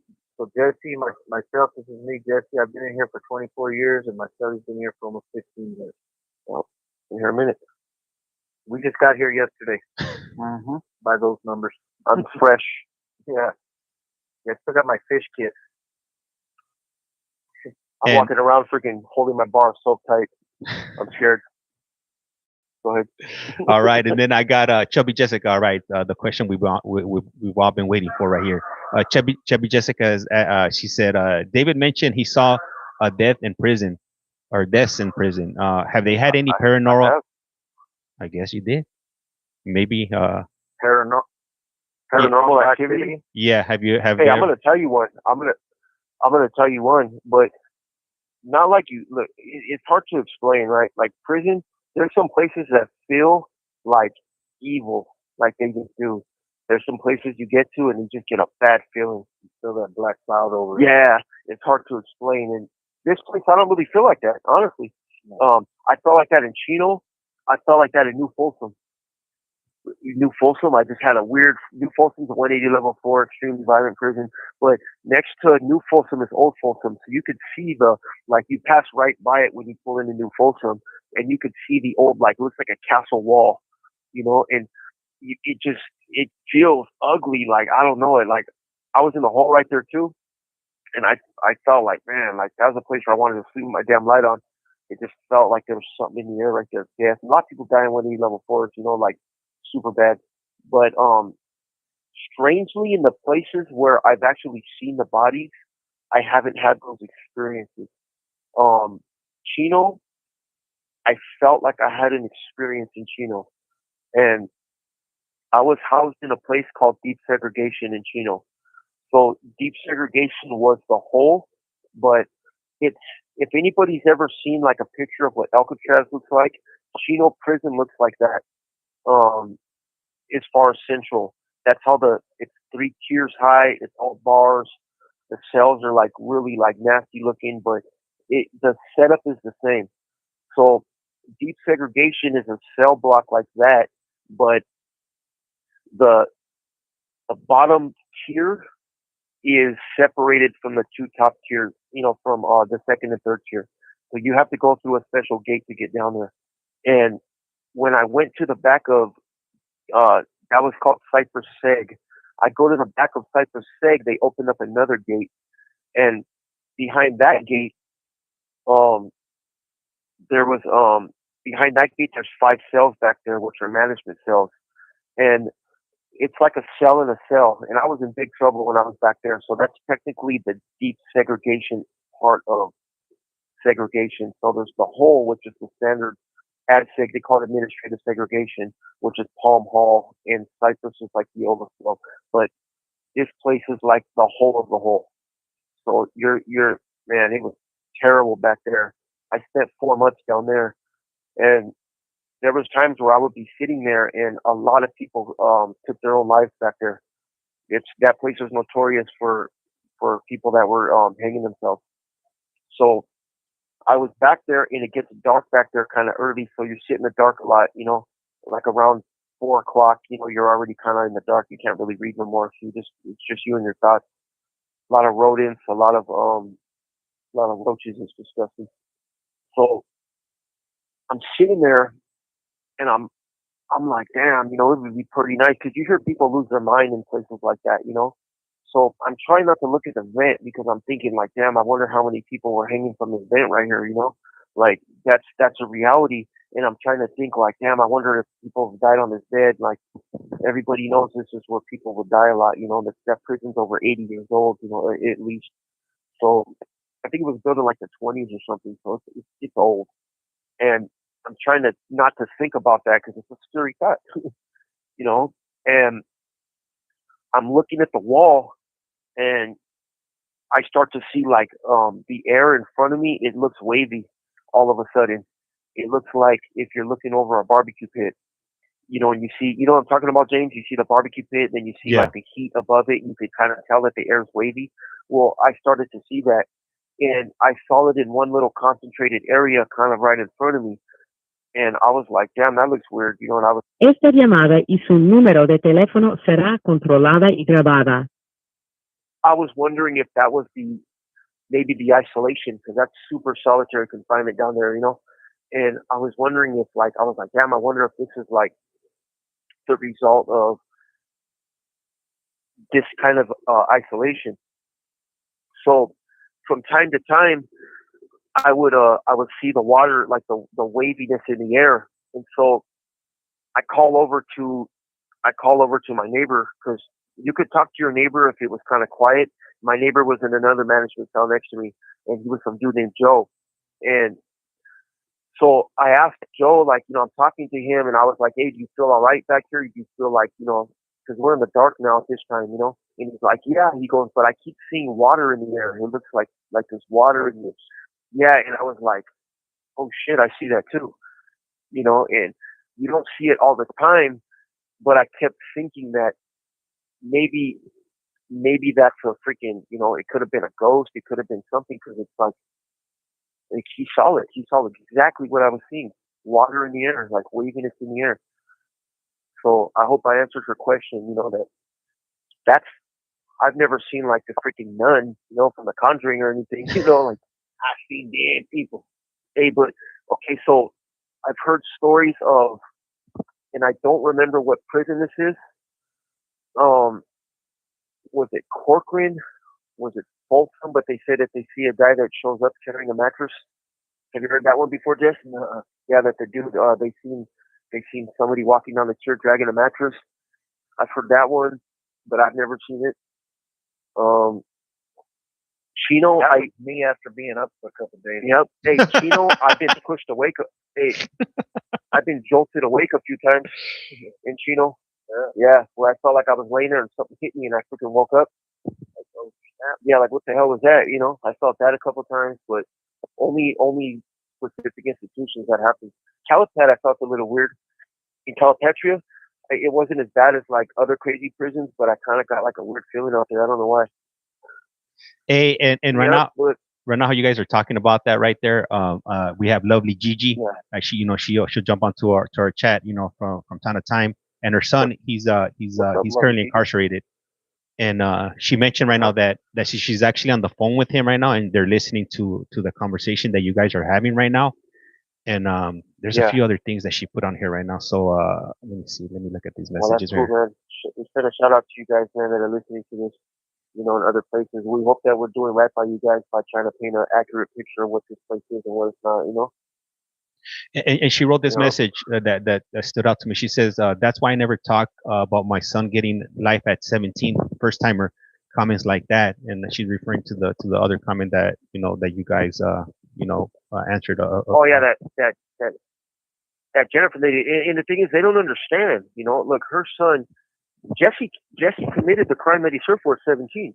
So we understand what he's going through. Like, we get it. We know what it is, man. I came in as a kid too.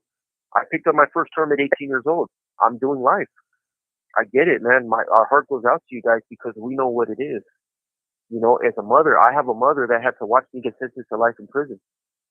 You know, Jesse's family, man. I've lost my mom. He lost his mom when he was in here. She was the only one I ever really had before. So it's yeah. And we trying to, like, I guess one of the main things we try to do is look. James, you gave us an opportunity to tell our stories. You gave us a voice, and the thing is, you gave us a voice from inside to show the world out there. Hey, we're regular people, just like anybody else out there. We were different. Stuff happened. Stuff transpired. We did what we did. We're where we're at. You know, you have people that are paying for it. I pay for it every single day. You think, okay, well, I'm being punished. I wake up without my family. I have people that love me also that didn't want to see me go down the route that I did. You know, and I live with that guilt. I live with that shame. And esta llamada y su número de teléfono será controlada y grabada. People that haven't experienced that kind of loss, they're never going to understand that. There's some people like Chubby Jessica, she popped in and she asked very intelligent questions. Yep, she had the same perspective, you know, until she listened to all our stories and listened and followed the show. She had the same perspective as Michelle, and also I don't want to devalue what Michelle's feeling. You know, like Dave said right now, you know, until they feel that loss, have they known, right? We don't know Michelle's backstory. You know, like Dave said, she could be the victim of a crime or something. Yeah, exactly. Yeah. Michelle could have been the victim. She could have lost a kid. She could have lost a family member. She could have lost a friend to a violent crime, or she could just be a victim of violent crime. And her perspective has been shaped by her experiences. You know, Chubby Jessica had told us before, you know, like she couldn't understand why California had free calls, why they're just letting people out of prison, lifers, and why we're getting an education. Yeah, why are we getting a free education when people are out there paying, you know, thousands of dollars and stuff? But after interacting with us for a long time and becoming a part of our, you know, a part of our family, become a part of us, she understands that you know, people actually can transform. You know, they're investing in us and we're investing in ourselves, and she sees that we're not the same people that walk through those doors. She sees why it's important not to have those perspectives. Sure, she still may have conservative values and conservative perspectives, but she knows that any human life is redeemable. And so in Michelle's defense, you know, we don't know her story. We don't know where she comes from, but think about society. Think about the things that we've imparted on people, like the things that we've done. Like, we were parasites to our community. I sold drugs in my communities. I was a violent gang member in my communities. I committed murder. You know, like people were exposed to things that I've done that'll probably be with them for the rest of their life. Well, I know for sure some people have, but there's probably people out there that I have no idea whose life I've impacted in such a negative and horrible way. You know, and so Michelle, we don't know why she sees things that way, and I like I said, at that point in my life, it was 100% accurate. I don't know what your son did, Gigi. I don't know what his circumstances or his situation was, you know, but just know that everybody has a chance. It's all about what he's doing right now. If he got life, he probably committed a violent crime. We have to take responsibility for our actions. We have to understand the ramifications of those choices we were making when we were impulsive, 17, 16, 15, and even me, I was acting like a child, a teenager, all the way up until I was in my late 39, 38, 39 years old. I was still making impulsive, childish decisions. I was still violent. I was still angry. I was still impulsive. So, and your son has to put in that work, and he'll be in a good place, and he can get out of prison. He can get out of prison one day. He doesn't have to be defined by the worst choice he's made in his life, which was obviously resulted in him getting a life sentence. You know, he'll be out there. He'll go. Yeah, he's gonna have a couple scuff marks, just like all of us do. Right. You know, and the good thing is now, now you don't have to wait 20, 30 years in here to get your head out of your ass. You could come into a prison that fosters the kind of culture that wants to send you home. You can come to prison and you don't have to be involved in the things that we were involved in for a long time. He can come in here and start doing his time and start preparing himself, immerse himself in education, immerse himself in self-help and programming and vocations, all the things that they expect from you, because they want to send you back out there a person who's prepared for society, who's marketable, who's educated, who understands the consequences of his choices. You know, and that's who we are today. That's who your son can be. And for Michelle, again, we don't know why she sees things that way. You know, if she's just closed. Le queda un restante de 60 segundos. Anybody who had to interact with us in our past life would be right to feel that way as well, because that's the kind of imprint that we left on the world. Not to say that we were just 100% full-time bad dudes. You know, there was good qualities about us, but the reality is we were consumed by the lifestyle that we lived, and as a result of that, we did whatever we wanted, no matter how it impacted us. And those people will see the change, though. Yep. They're the first ones. Anybody that sees us that knows us from before, like, what the hell? They don't even recognize us. Yeah, exactly. But all right, we'll give you a call back, James. All right, got cool. another call on you? Hey, man, we could run this as long as we can today, because my wife is gone. She's gone till tomorrow. Hey, don't celebrate. We're not celebrating that with you, James. Yeah, you're on your own on this one, James. We don't want no part of this. Yeah.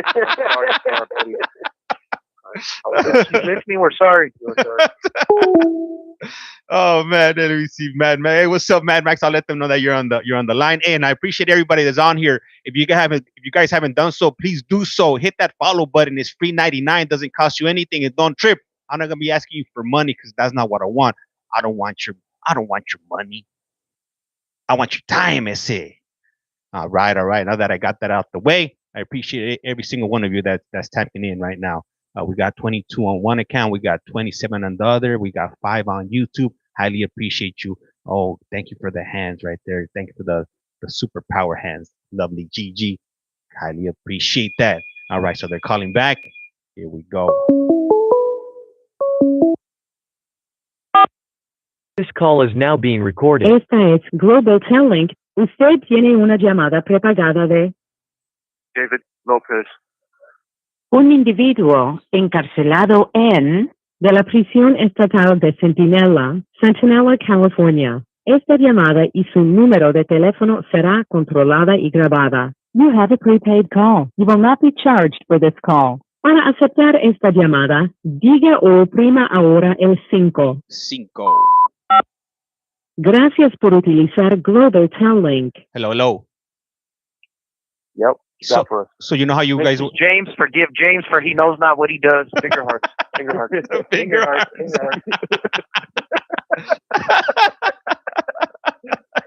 Just like the Care Bears. I remember the Care Bears that throw rainbows.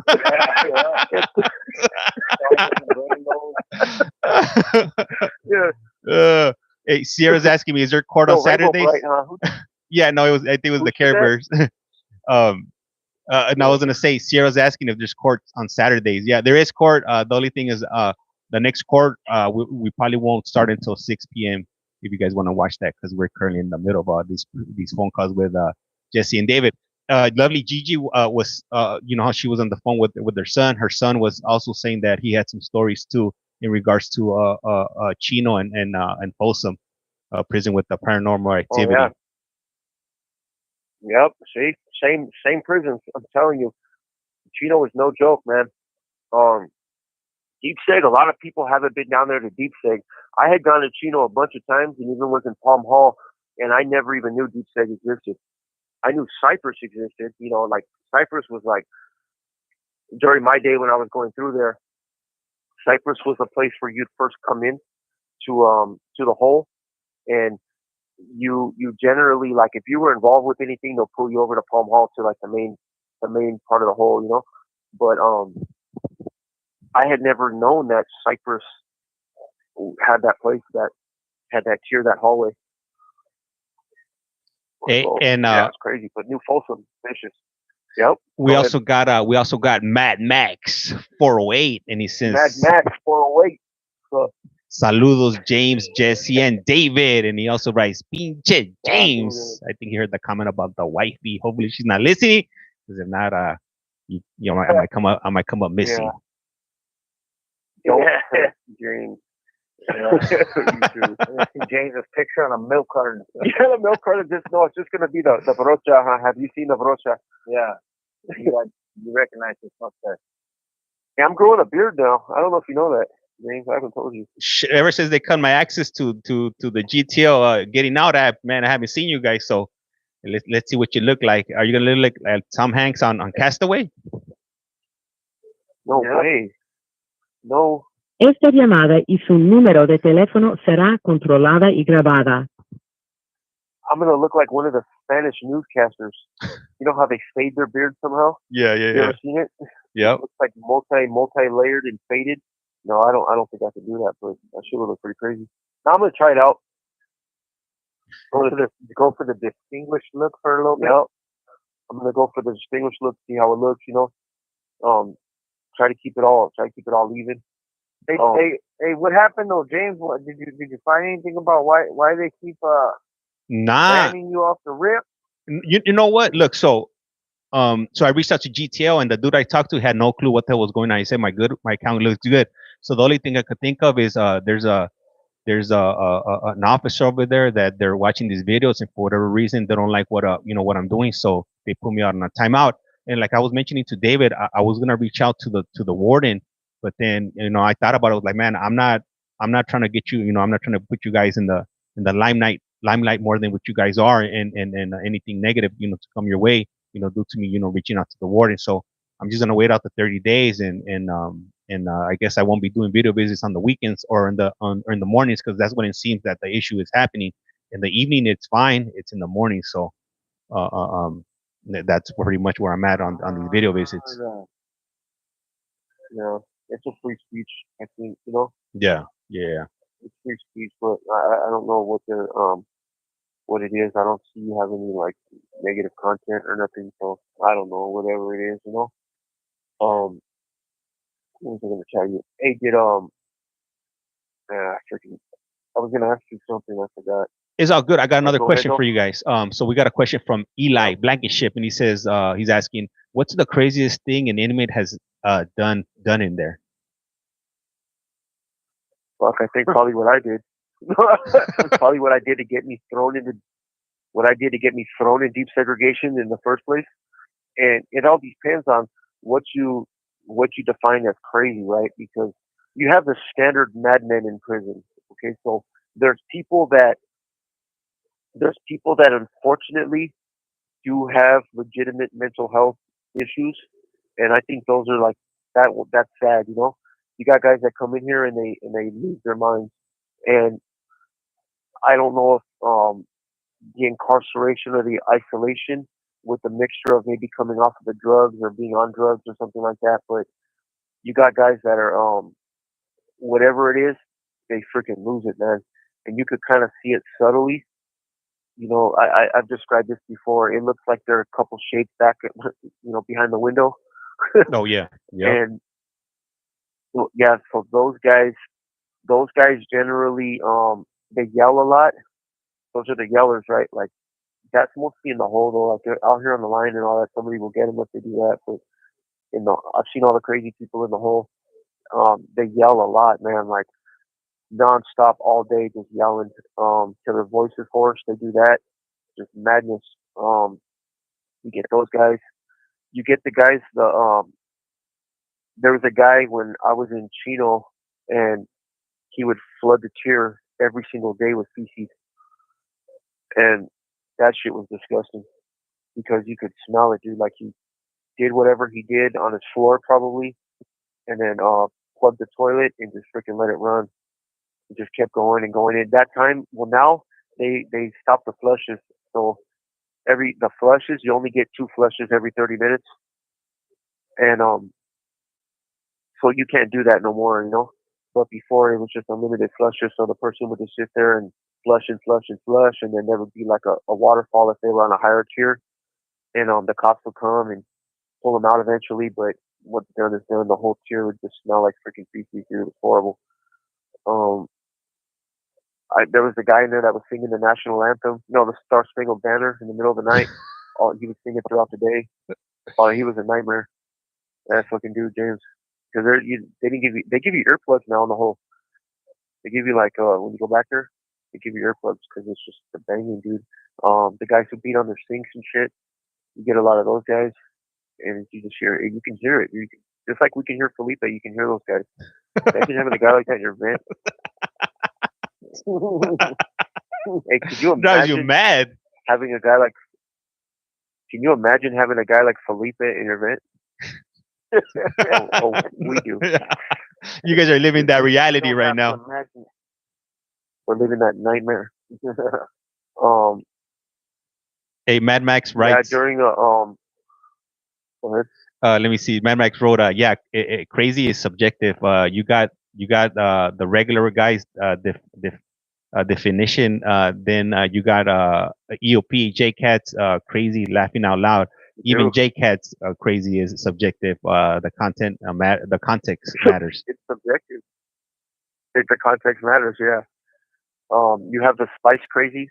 the guys go out on spice, and there's the ones that think they're swimming on the freaking basketball court. You get those ones. That's the new kind of crazy. Yeah, that's what it looks like now. Yeah, it's endless, man. Prison is just full of freaking magic. Yeah, What else you got for us, James? I got a shout out from let me see, much love and respect from Gizmo, coming in from Norwalk. Appreciate it. He just followed. Thank you guys. And then lovely GJ That's writes, cool. my son is the first timer at 17, ever been in trouble, and asked, do you think he will get out? He's now done 14 years.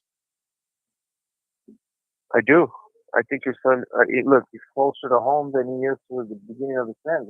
look. The golden number, especially for guys like him, is 20. You know, if he's been down for what did you say, 14? Yeah, 14 Yeah. So that's the golden number. But youth offender. youth offender. Yep. He has to stay out of trouble, Gigi. Like I cannot stress this enough. He needs at least 5 years clean. No write-ups. No, especially no fighting. No 128. If he has issues with addiction, which doesn't mean that he's a bad person or anything. There's a lot of guys in there that struggle. Prison is a place that it's very depressing, and some people are susceptible to that. And if he does, he has to get off of that. I wouldn't even suggest being on Suboxone. It's better. Programs are important. If he's still on the main line, I would suggest maybe reducing to a non-designated program facility, NDPF, if he's there and he's on the main line, which is cool. But it's a little harder to stay out of trouble there. Maybe if he's on a higher level, try to drop the levels a little bit. But it really depends on him. He's gonna go to board. He has a board date on his 20th year, Jeff. Esta llamada y su número de teléfono será controlada y grabada. It depends on his sentence. If the sentence is 25 years and under, he has his date is on the 20th year. If his sentence is if the sentence is 25 years, over 25 years, he has to go on a 25 year. The 25th year, huh? Yeah, because I've heard that before too.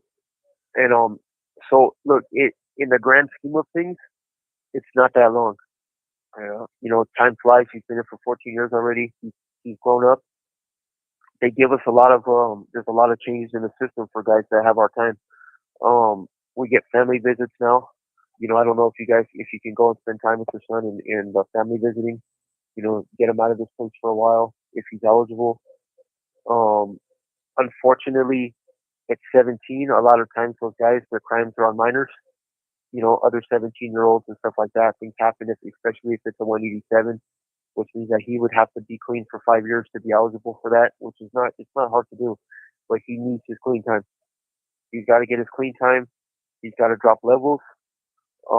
But I know guys have pro from the level 4, but it helps to drop levels and get educated. Educating right now is really they're giving us free college in prison right now. Go take advantage of that opportunity. Go get a degree. It's not, you know, if he needs to get his GD or anything, take care of that. But there's bachelor programs up and down the state. You know, they'll let him out. They might even commute a sentence. The 20 mark though is she wrote he's been on on level 4 for years. He fights a lot. Yeah, and I did it. I barely came down to level 3. I barely became a level 3 last May. So I was on a level 4 forever. You do fight a lot on those yards. It happens. He's got to stay out of trouble. You got to encourage him to try to work on his anger. because you don't have to fight on those yards. You don't have to, but it's all about what you're putting out there. If you're putting yourself out there, like there's a lot of guys, especially me. I was really short fused, so somebody would say something to me, and I would be quick to like to say something to them or to to get crazy. And a lot of those issues, instances, they can be resolved peacefully. You can talk to somebody, you can have a conversation as men, and you guys can come to a consensus. I haven't been into no violence or anything like that in over 7 years. And if I can do it, anybody can do it. I still tell some of my guys, James, that I talked to out there. They're out there. They were in here with me, and I told them that I haven't fought in a long time, and they're like, they don't believe me. They don't freaking believe me. And I tell them, they're like, remember I was telling BBs in Delon that, so they were like, no fucking way, no way. I told them 7 years, man. But it's, in his defense, Gigi, it's not easy. It's not easy in here because if you come in at that age and you come into this environment and you're on level 4 for a long time, you become that environment in a lot of ways. And he's got to break free of it somehow.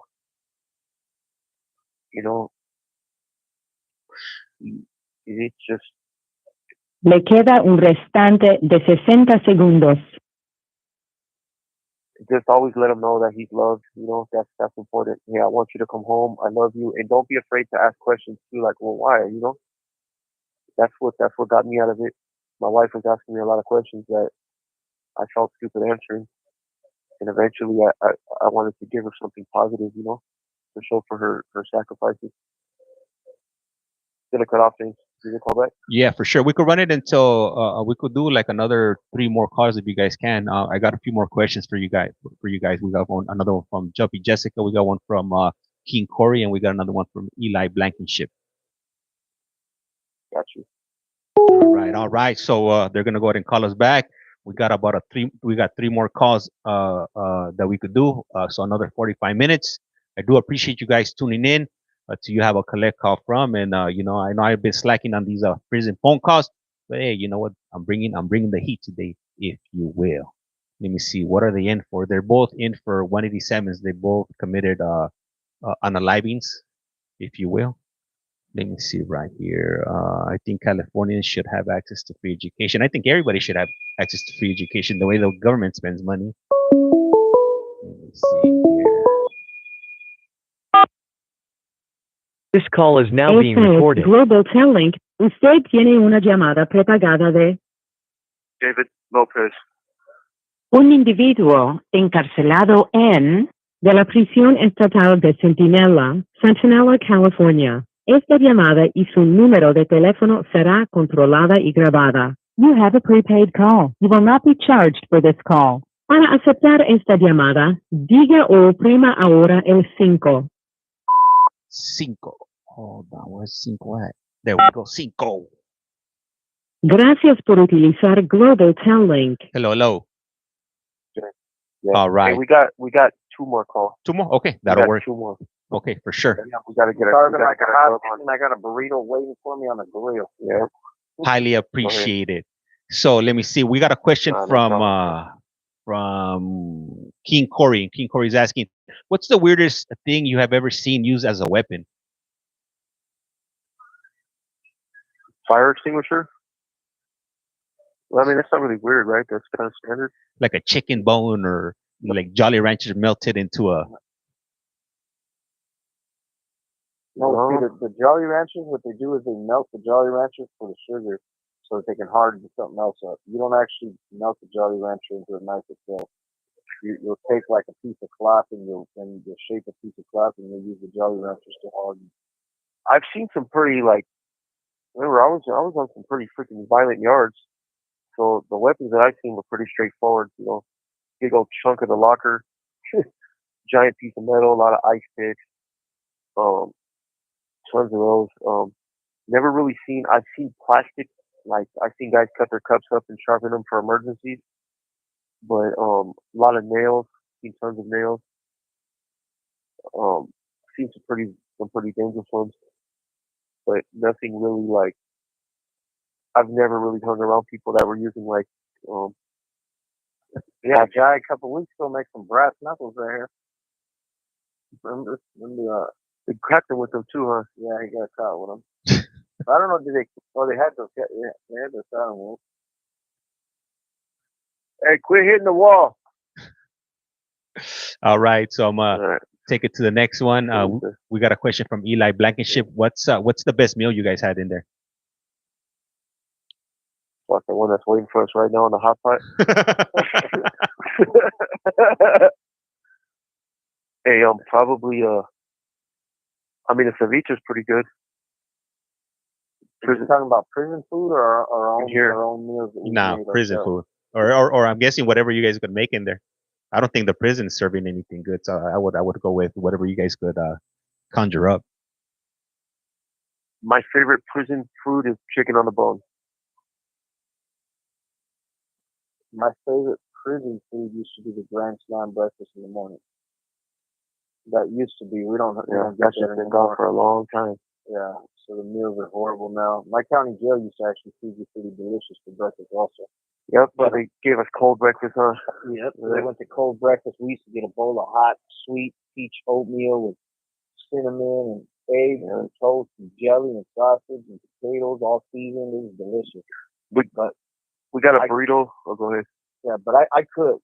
This is Garcia. I cook, and I actually cook pretty good. Really I good. make all kinds of different meals, you know. Nice. Gordon Ramsay. Yeah, the prison Gordon Ramsay here. Yeah. But definitely, I make a lot of Mexican dishes. You know, ceviche, tamales, tostadas, burritos. The food that this food cooks, James, can rival food out there. Literally, you heard Ray come on the other day and say that the food out there is not as good as like our rice bowls will fucking knock out a freaking one of them restaurants out there. Yeah. And even Blue said that. Blue was like, "Hey dog," he goes, "I eat." You the one that said that, or Ray? It was him, huh? Ray said the same thing. Yeah. But Blue had told me that in a conversation amongst ourselves. That he's like, bro, he goes, the rice bowls out here that I eat, you know, like at Chipotle or one of these places. He's like, wherever you go, he's like, Chinese restaurants, stuff like that. He goes, they're not as good as ours, you know. And I'm like, no shit. And he's like, yep.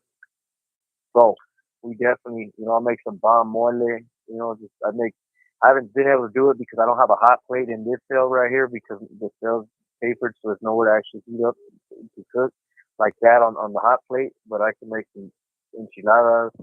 I can make all kinds of stuff. To be honest with you. Do you guys have access to a microwave? Is asking. Moonstone's asking. No. Okay. I think in Arizona they do. Not here. Yeah. Some prisons do too. You have to have them in Arizona. Yes, I was in a prison before that actually had microwaves in Pleasant Valley, and they're supposed to be getting microwaves. You know, again, it's considered a program facility. You would think we would get microwaves. Yep, we've been cleared for microwaves in this prison for years. They just never brought them. But the microwave does wonders too. You can do all kinds of new stuff once you got a microwave. Cool. And what else you got for us, James? Trouble Road, they got microwaves in Oregon. Next question is going to be from Chubby Jessica, and she's asking, do prison guards resent that inmates receive free education funded by taxes while they themselves have to pay for it, pay for their own schooling? Some do. Yeah, some of them do. Some of them do. Some of them don't. Yep, they even make comments about it. You know, but definitely, some of them do. I probably would feel the same way. Yeah, I would definitely talk shit. Yep, because I know people that are still paying off student loans today from 25 years ago, 20 years ago. So it's I think I will qualify for an academic scholarship though to get my shit paid for. Yep. Esta llamada y su número de teléfono será controlada y grabada. Even with the scholarship, though, it's not a full ride. I think Jesse and I could get into law school with our GPA. Yeah.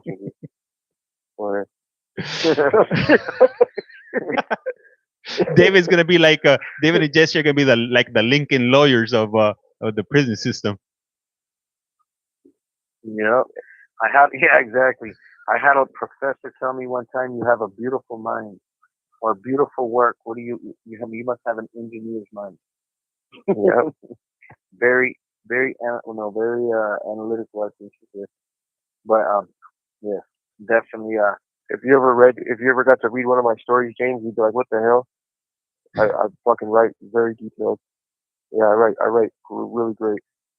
My English professor told me I'm a flawless writer. Flawless writer. Exceptional writer. Yeah, that came from a fucking professor. That came from an English professor. Yeah.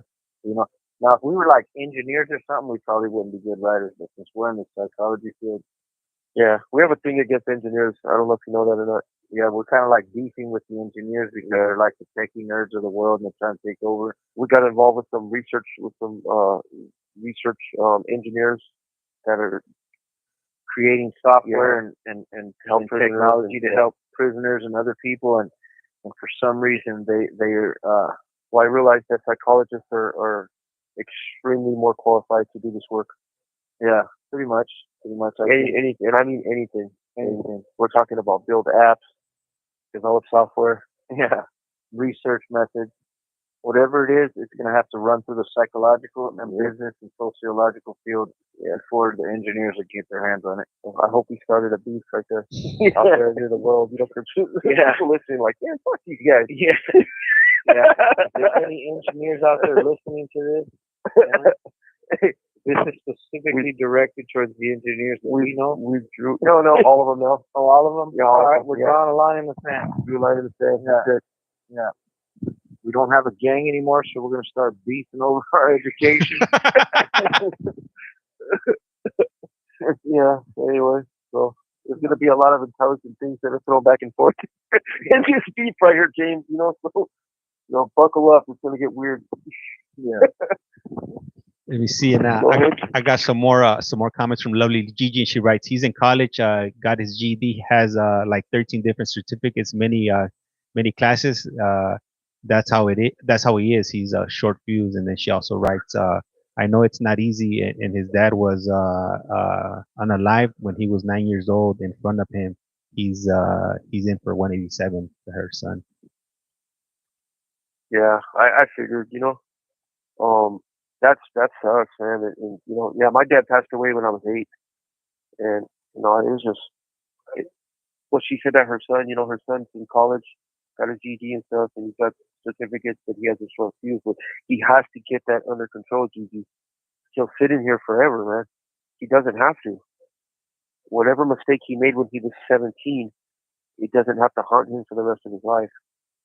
He can move forward and he can get out, but it's going to take strong support from you, emotional support and love. Love wins. Eventually he's going to reach a point in time where he's going to be like, man, what am I doing? Like, I don't have to be here. But it's 5 years from the, if he goes to board in 25 years, or if he goes in 20, he's got to, definitely got to stop fighting. He's got to stop fighting. Like, that's a big one right there. Fighting. The cops are going to say that's a direct nexus to his life crime violence. Yep. Esta llamada y su número de teléfono será controlada y grabada. Any 115s are bad, but certain 115s are a difference between a 3-year denial, maybe they'll bring you back in a year and a half or something, but with fighting, they're going to hit you with a 5-year hit. Yep. And that's just, he could be out there. Tell him he's got to get out there and take care of you. Yep. Got to take care of his mama. I got to get out there and try to, I want to take care of my family. I do. I want to be there. I want to make sure that my wife can do what she has to do. My mom, I want to make sure that they can, that I have to get her. My mom had me, for the first portion of my life, and it wasn't easy, but she was going through that abuse and stuff herself, and I want to make sure that she knows that I got her, as she gets older. And that's the same thing you got to tell them. It's like, look, I need you out here. I need you to take care of me. And at the end of the day, what I look at it as, like how I was able to stop fighting, is I tell myself, right, what is a fight going to accomplish? What is it going to accomplish? We know somebody, James, that he's LWOP, life without parole. He just got beat yesterday. Like, he got the brakes beat off him yesterday. Sent him out to the hospital in the education department. And this is a guy, you know, we've known him for a while. He was my coworker. I think he worked with you too, Hunter. Yeah, he was both of our coworkers before, and he kind of got some little attitude sometimes, and you know, he was in the shoe for a while and was around all that stuff, but so were we, but we don't give that vibe off.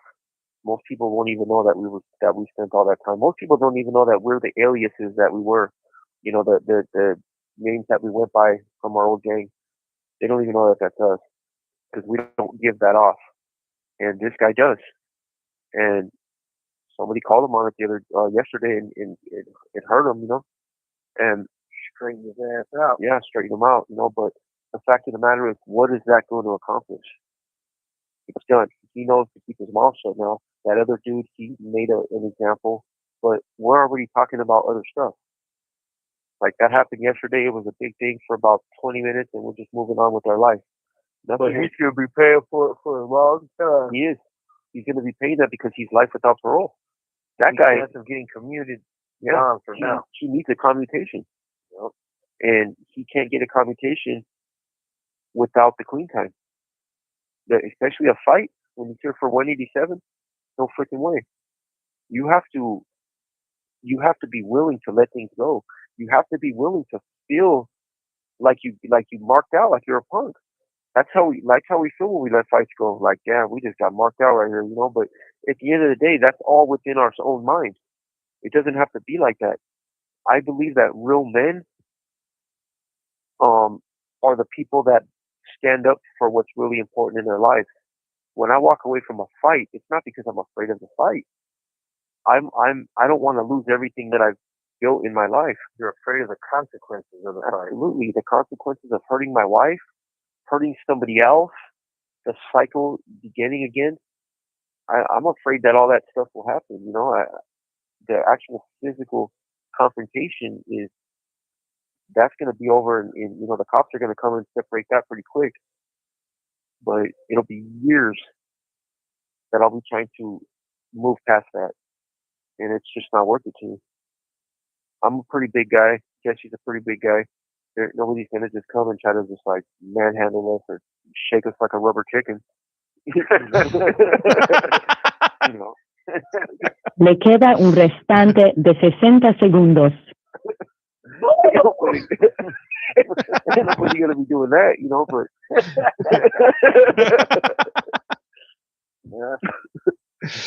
hey, I got some more comments for you guys. When you guys call back, we got a comment from Miss Butterfly. She writes, "Not gonna lie, hearing that global tell makes my heart drop." That's why we do it in Spanish. Yeah, we're trying to spare you. We're trying to spare you guys, so we do it in Spanish, you know. But fortunately, you know, sorry. I will call back right now. All right, cool, for sure. Anthony, yeah, so they're cellies. They're in the same cell. They're in the same prison, and that's how they're able to be on at the same time because they're using the same tablet. In California, for those of you that don't know, they're provided with GTO tablets, and they get free phone calls. The taxpayers pay the bill on the free phone calls, so they could call anytime they want, which is pretty nice for me because I don't have to pay for these calls. I only have to pay for the messaging and for the videos whenever I do them, and there they are. They're calling back.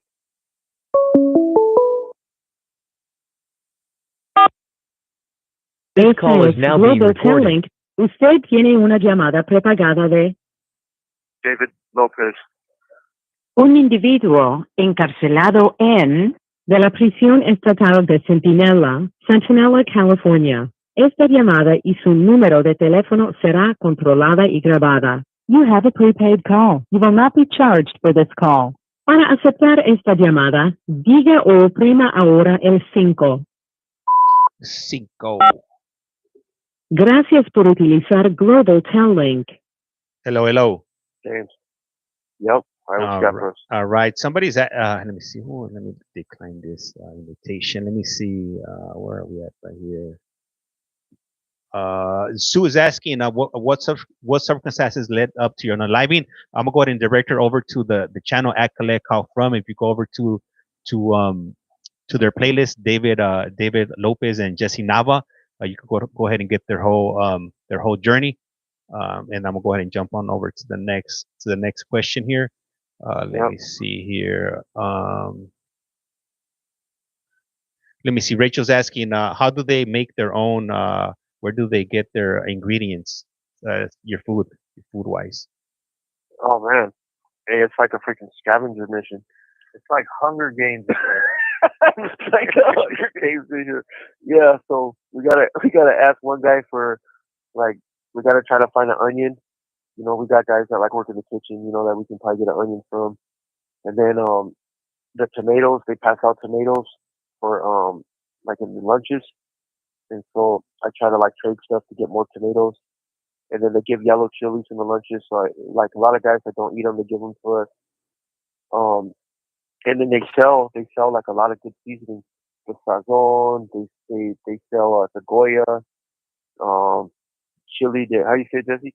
Árboles. Argoles. Yeah, there we go. Árboles. Yeah, they got that. We got fried garlic.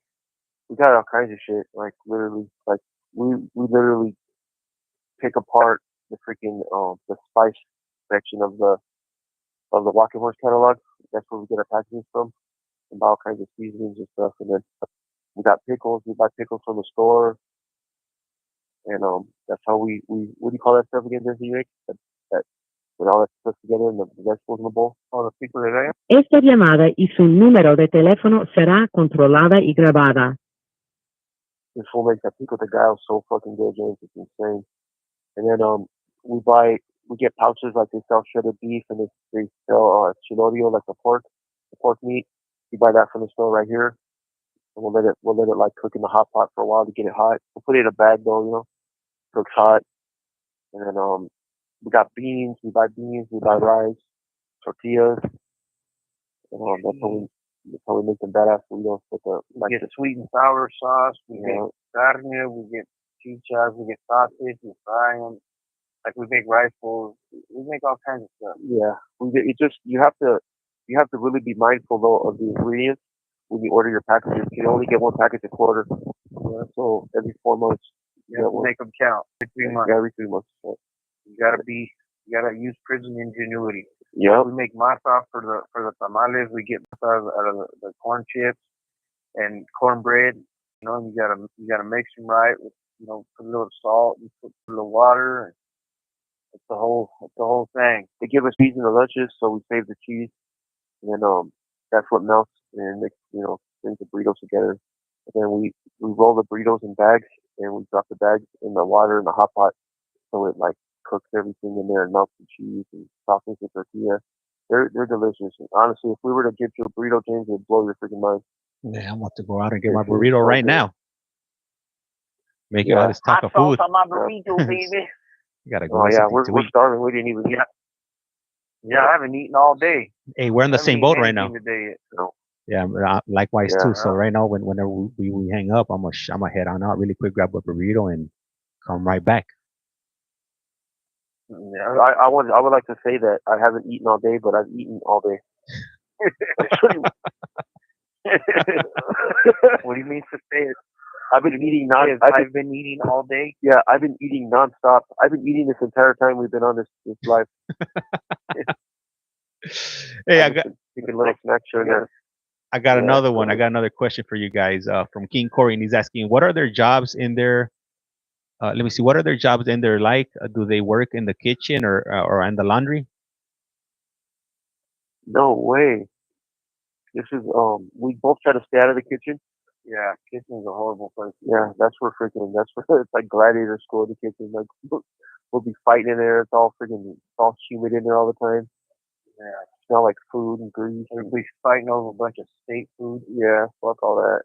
The laundry's actually pretty nice right here. But no, I work in the law library. I'm a clerk / librarian. I work with books, but I'm gonna be changing out of that job this week, hopefully. I'm gonna be a clerk for auto mechanics, where I'll just be doing helping with the testing and stuff, and yeah. And I'll be the tool room attendant. Yeah. Jesse, I'm actually in vocational. I'm in vocation right now, so I'm actually getting certified as a small engines mechanic, 2-stroke, 4-stroke, diesel, hydraulic, generator, and electric certification. So, Yeah, basically. I actually had David's job before David. Yep. For a year and a half, almost 2 years, I was law library clerk. But I got up out of there, and I went to the job he's going to right now next week. I actually went to that job basically, and I did that for a little bit, and then my assignment had a conflict. There was a conflict in assignment, so they had to unassign me because I was doing some other classes, and it got in the way, so they unassigned me. And then while I was unassigned, they asked me if I wanted to go into vocation, and I told them, yeah, why not? And so I went into vocation, which is kind of a bad move, I believe, on my part, because there's all kinds of other stuff I could be doing. But it's cool, you know, it passes the time, and it gives me another marketable skill that I can put in my my portfolio when I prepare for board. Once I'm done, though, I'll be done in about 4 months. Once I'm done with that, I'm gonna get unassigned from boat and just focus on school in the evening and programming and going to the yard and exercising. Maybe I'll go to my Kelly shop. We'll see. Yep, it's possible. All right. What else you got? All right, here. Let me see. Let me see here. Lovely GJ writes. I'm a nurse at a hospital. I didn't get on often, but greatly appreciate their info since I'm a single mom. I know that's what scares me. He's at that point. No, I wanna go home now. Yep. So he goes to parole board next year. Yeah. Yeah. Well, if he's just fighting, there's going to be a denial, but tell him not to be discouraged. Don't be discouraged. Like, just take responsibility for the things he did. Don't try to minimize nothing. And if he's already going to board next year, he could be going to board every 3 years, and he's going to get out of here. You know. Yeah. It's just what it is. He doesn't have to be prepared. Yep. Every single time that he goes to parole board, he could go home. You know, the first one's usually just a formality, unless you've actually done everything or you've been clean the whole time you were in prison, or at least the last 5 or 8 years, you know. But you can definitely get 15 years. That's love right there. Let's go to board. I'll be lucky to go in 6. And I can't wait. I'm ready to get out of here. I can imagine. I'm over this place. Yep. And now we appreciate you too, Gigi. Thank you for asking the questions, and to everybody that asked, these questions, and even the feedback and criticism, or like we welcome all that. As long as it comes from the right place. And there's people that just don't give a shit. They're just like, lock them up, throw away the key and all that. And teach their own, But there's people that really want to understand why or what it is, and they're asking questions. Well, be ready for the answer. Why? What have we done to change our lives? Well, I'm glad you asked. Anybody that's tuning in right now, late, wants to know more about me and Jeff, James said that they can find us on the YouTube part of the channel. Who's that again, James? At CollectCallFrom, go to playlist, go to Jesse NAVA and David Lopez, and you could go ahead and catch their whole backstory. We did it over many days, over numerous phone calls, and they give a lot of details. So the door was open right now. Hey, and we just had Ms. Vettel tap in.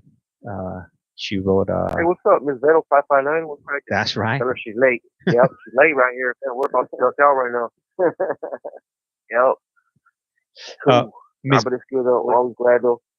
Ms. Butterfly wrote, and always remember to mention the victims during your hearings. That's important.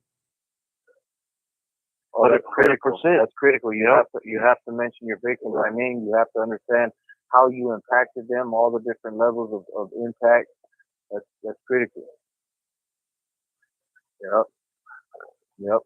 We send our to Ms. Vettel. She missed the bus. We're on the late freight, but she's a regular. We definitely appreciate her tapping in. And if ICEMAN or Fish Slayer or any of the other regulars, Marlene, definitely got to send ours to Marlene. She was in here earlier. Yep. And we send ours to Fish and ICEMAN, and definitely Chubby Jessica. She made our day today for sure, because she hasn't been on here in a while. So I'm sure she's busy. And look out for us. We try to do this every week. There's times where we can do it during the week, but it's rare because James works and we work when we go to school. But we try to come on Saturdays, most times, sometimes Sunday, but look for us. Look for the bat signal in the sky. We'll be there. And that's what it is, man. But what else you got for us, James? Anything else?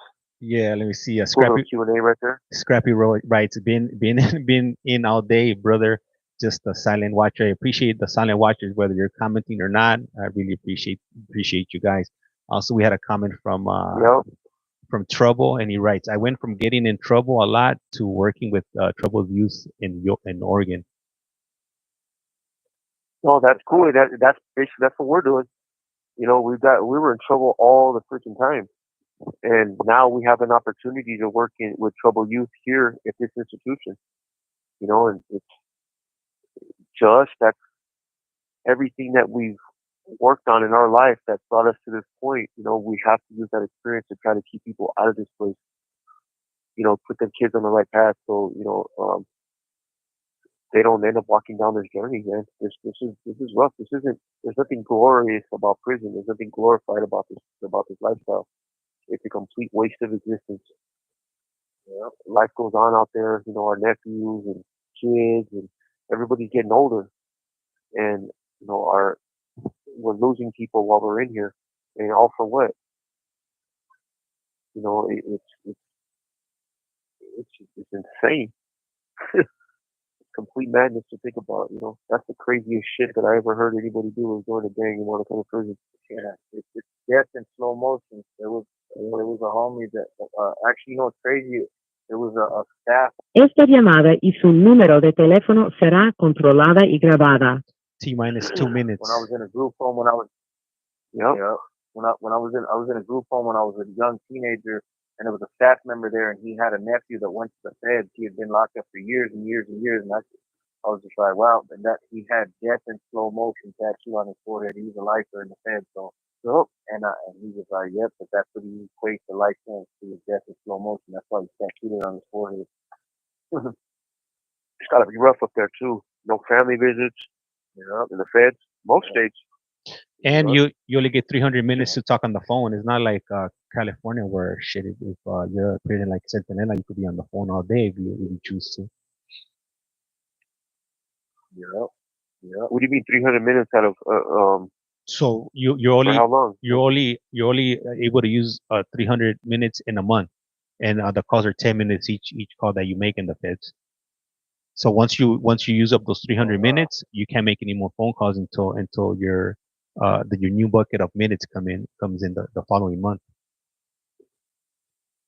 Damn, Jesse will be freaking through it. Yeah. They put me on a 300-minute diet, and I'm going on suicide watch. Yep, quick. Nope, no, that's nuts, man. And you heard that they're changing the tablets out, James? Yeah, that they're switching over to Securus, JPay. Le queda un restante de 60 segundos.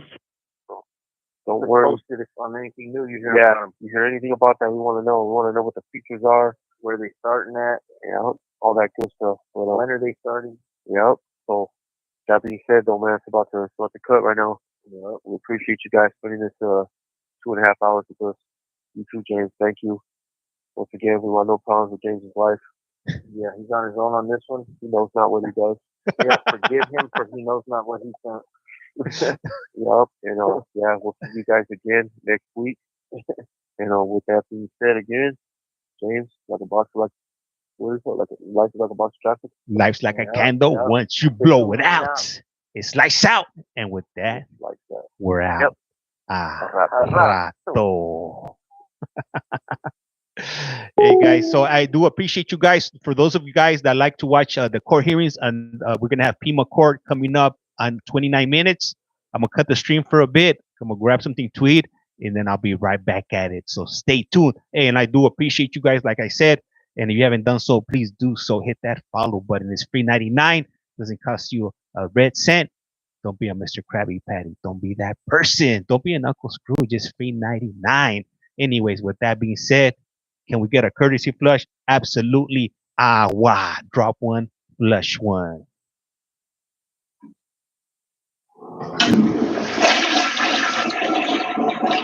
And with that flush amount,